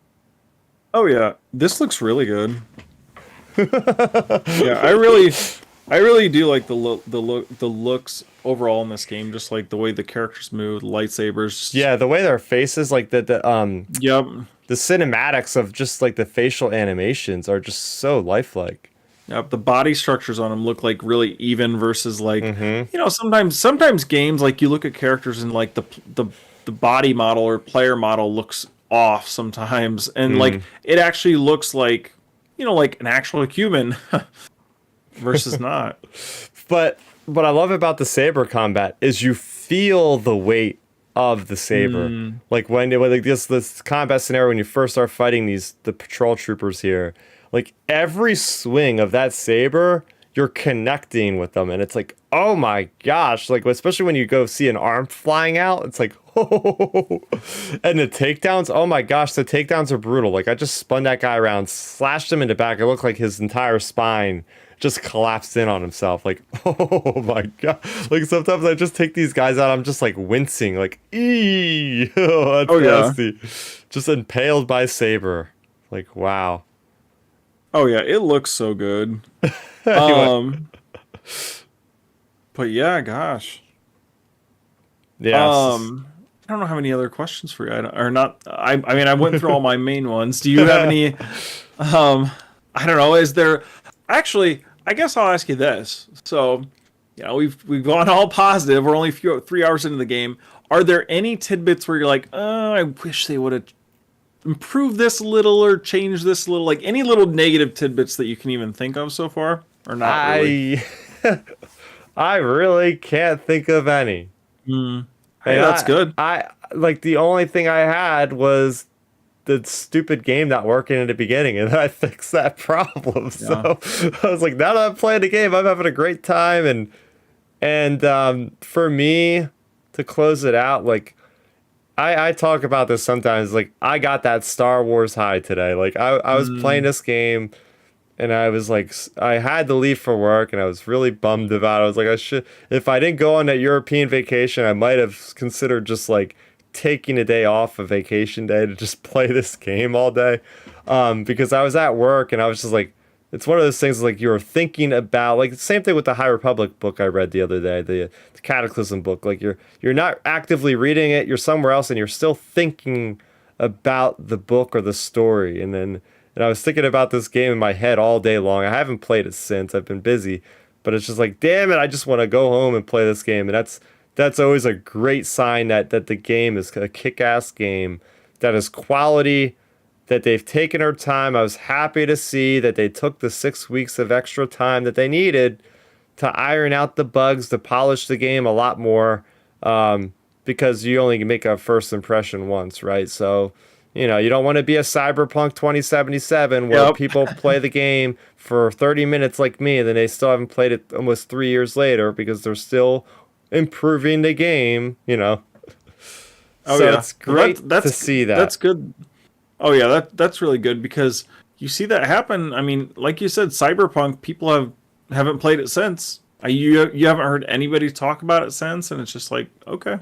Yeah, I'm just waiting for the expansion because I know once the expansion is out later this year, then the game they said will be complete then basically. So that I'm waiting for all those features to get thrown into the normal game with the expansion, and then I'll play it. But up until that time, you'll probably see me have played through this game probably 4 times at that point, because that was the record. I played through Fallen Order 4 times, once on Jedi Knight, then on Jedi Master, then on Grandmaster Jedi, then I think I played it just for the hell of it on another difficulty. Hey, so now you can play through it with a different like player skin or something. You can just do all kinds of alternates. Well, that's what I'm gonna do. Is like, oh my gosh, and I gotta mention it.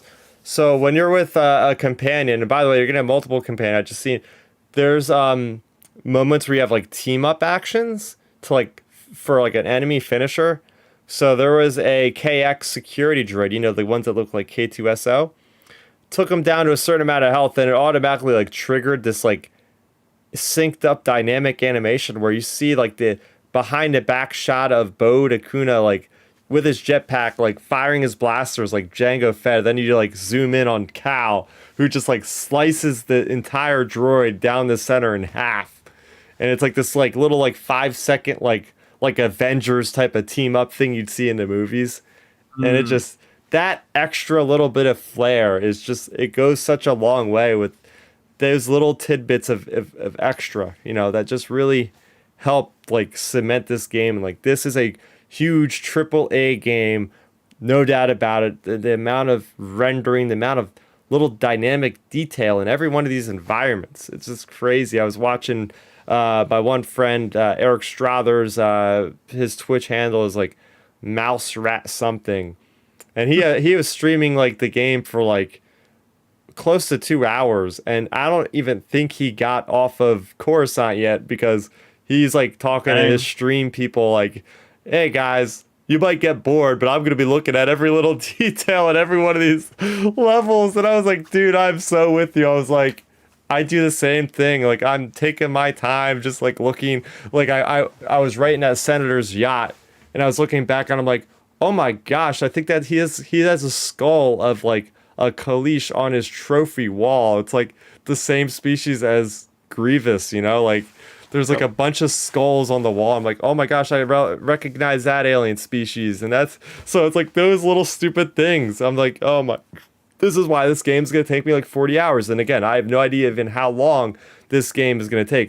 The first game was like, I can get through it in like maybe 16 hours or something like that. I feel like this game at the rate it's going, especially with Kobo, probably closer to 30. Maybe I would love it if the game was like 40 hours long. I really hope it's a longer game because I really want to sink my teeth into it as much as I can. But yeah, I think we've been going on a long time. And I do need to get sleep because I have a big day tomorrow. Let's see, we've been going on for almost 2.5 hours.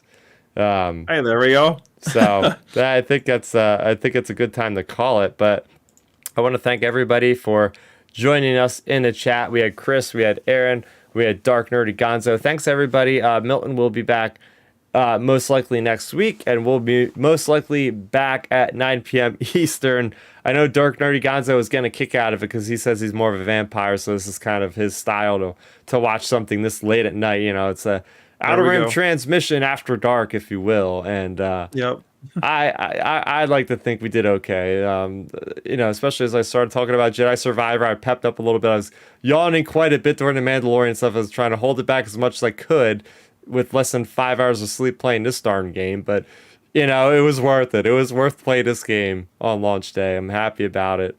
And I hope you guys have the fortune to be able to play it as well. And let us know in the comment section down below on Twitter. If you are playing Jedi Survivor, what'd you think about Mandalorian? All that good stuff. We want to hear it down there in the comment section down below. Hey, Ben, what are you going to be up to? What are you going to be talking about? Where can people see you talking about different things? Yeah, you can find me on Twitter at RealBenMaynard. I'm always on there talking about fitness and Star Wars. Those are pretty much my two main things right now. So you can find me there. And then you can find me on Instagram where I'm documenting all of my workouts. I'm back on the Instagram grind of posting all my workouts and diet updates because I'm just going through a phase of getting super lean again. It's going to take a few more months still. Obviously, it's going to take probably until this fall, probably till my birthday. So we'll see that over this coming, over these coming months. It'll be a lot of fun doing that. You can find me at RealBenMaynard on Instagram as well. And then with Milton, Milton posts on his Twitter, he'll post some Star Wars memes or some sports memes. He's always on there. You can find him at Milton Weber 7. And then on Instagram, he's more active. He'll post his workouts. He'll post his meal prep. He always does really cool meal preps on Sundays. And you can find his Instagram at Milton, the number 7, and then Weber. There you go. You can find me on Twitter at Starrapter, probably just posting a bunch of screenshots of Cal Kestis and Survivor and just gloating about this darn game that I love so much already. So, and by the way, I got to shout this out. I have an entire playlist for Star Wars Celebration. I have 4 videos up. They range from a cosplay video to a vlog to a panel, the entire panel, bounty hunters, smugglers, and gangsters, the scum and villainy through the years, that is on there entirely. I also have my Euro trip 2023, so if you're interested to see where else I went over that long 2-week break, I went to Amsterdam and I went to Berlin as well, so and a lot of London stuff with the underground and different historical sites and whatnot. So go ahead. I would love for you guys to check that out as well. That's on youtube.com/Starrapter. As I said, you can find us on any podcast streaming service of your choice, whether it be Spotify, Apple, or Google, or Amazon, or whatever ones are out there. We put those up on every Monday. So you can also listen to us if you're at the gym or driving to work. And we go live every Friday at 9 o'clock p.m. Eastern time. So for Milton, for Ben, for Chris, aka Starrapter, thank you guys for watching. Have a great day. May the force be with you always. For light and light, outer rim transmission out. Good night, everybody.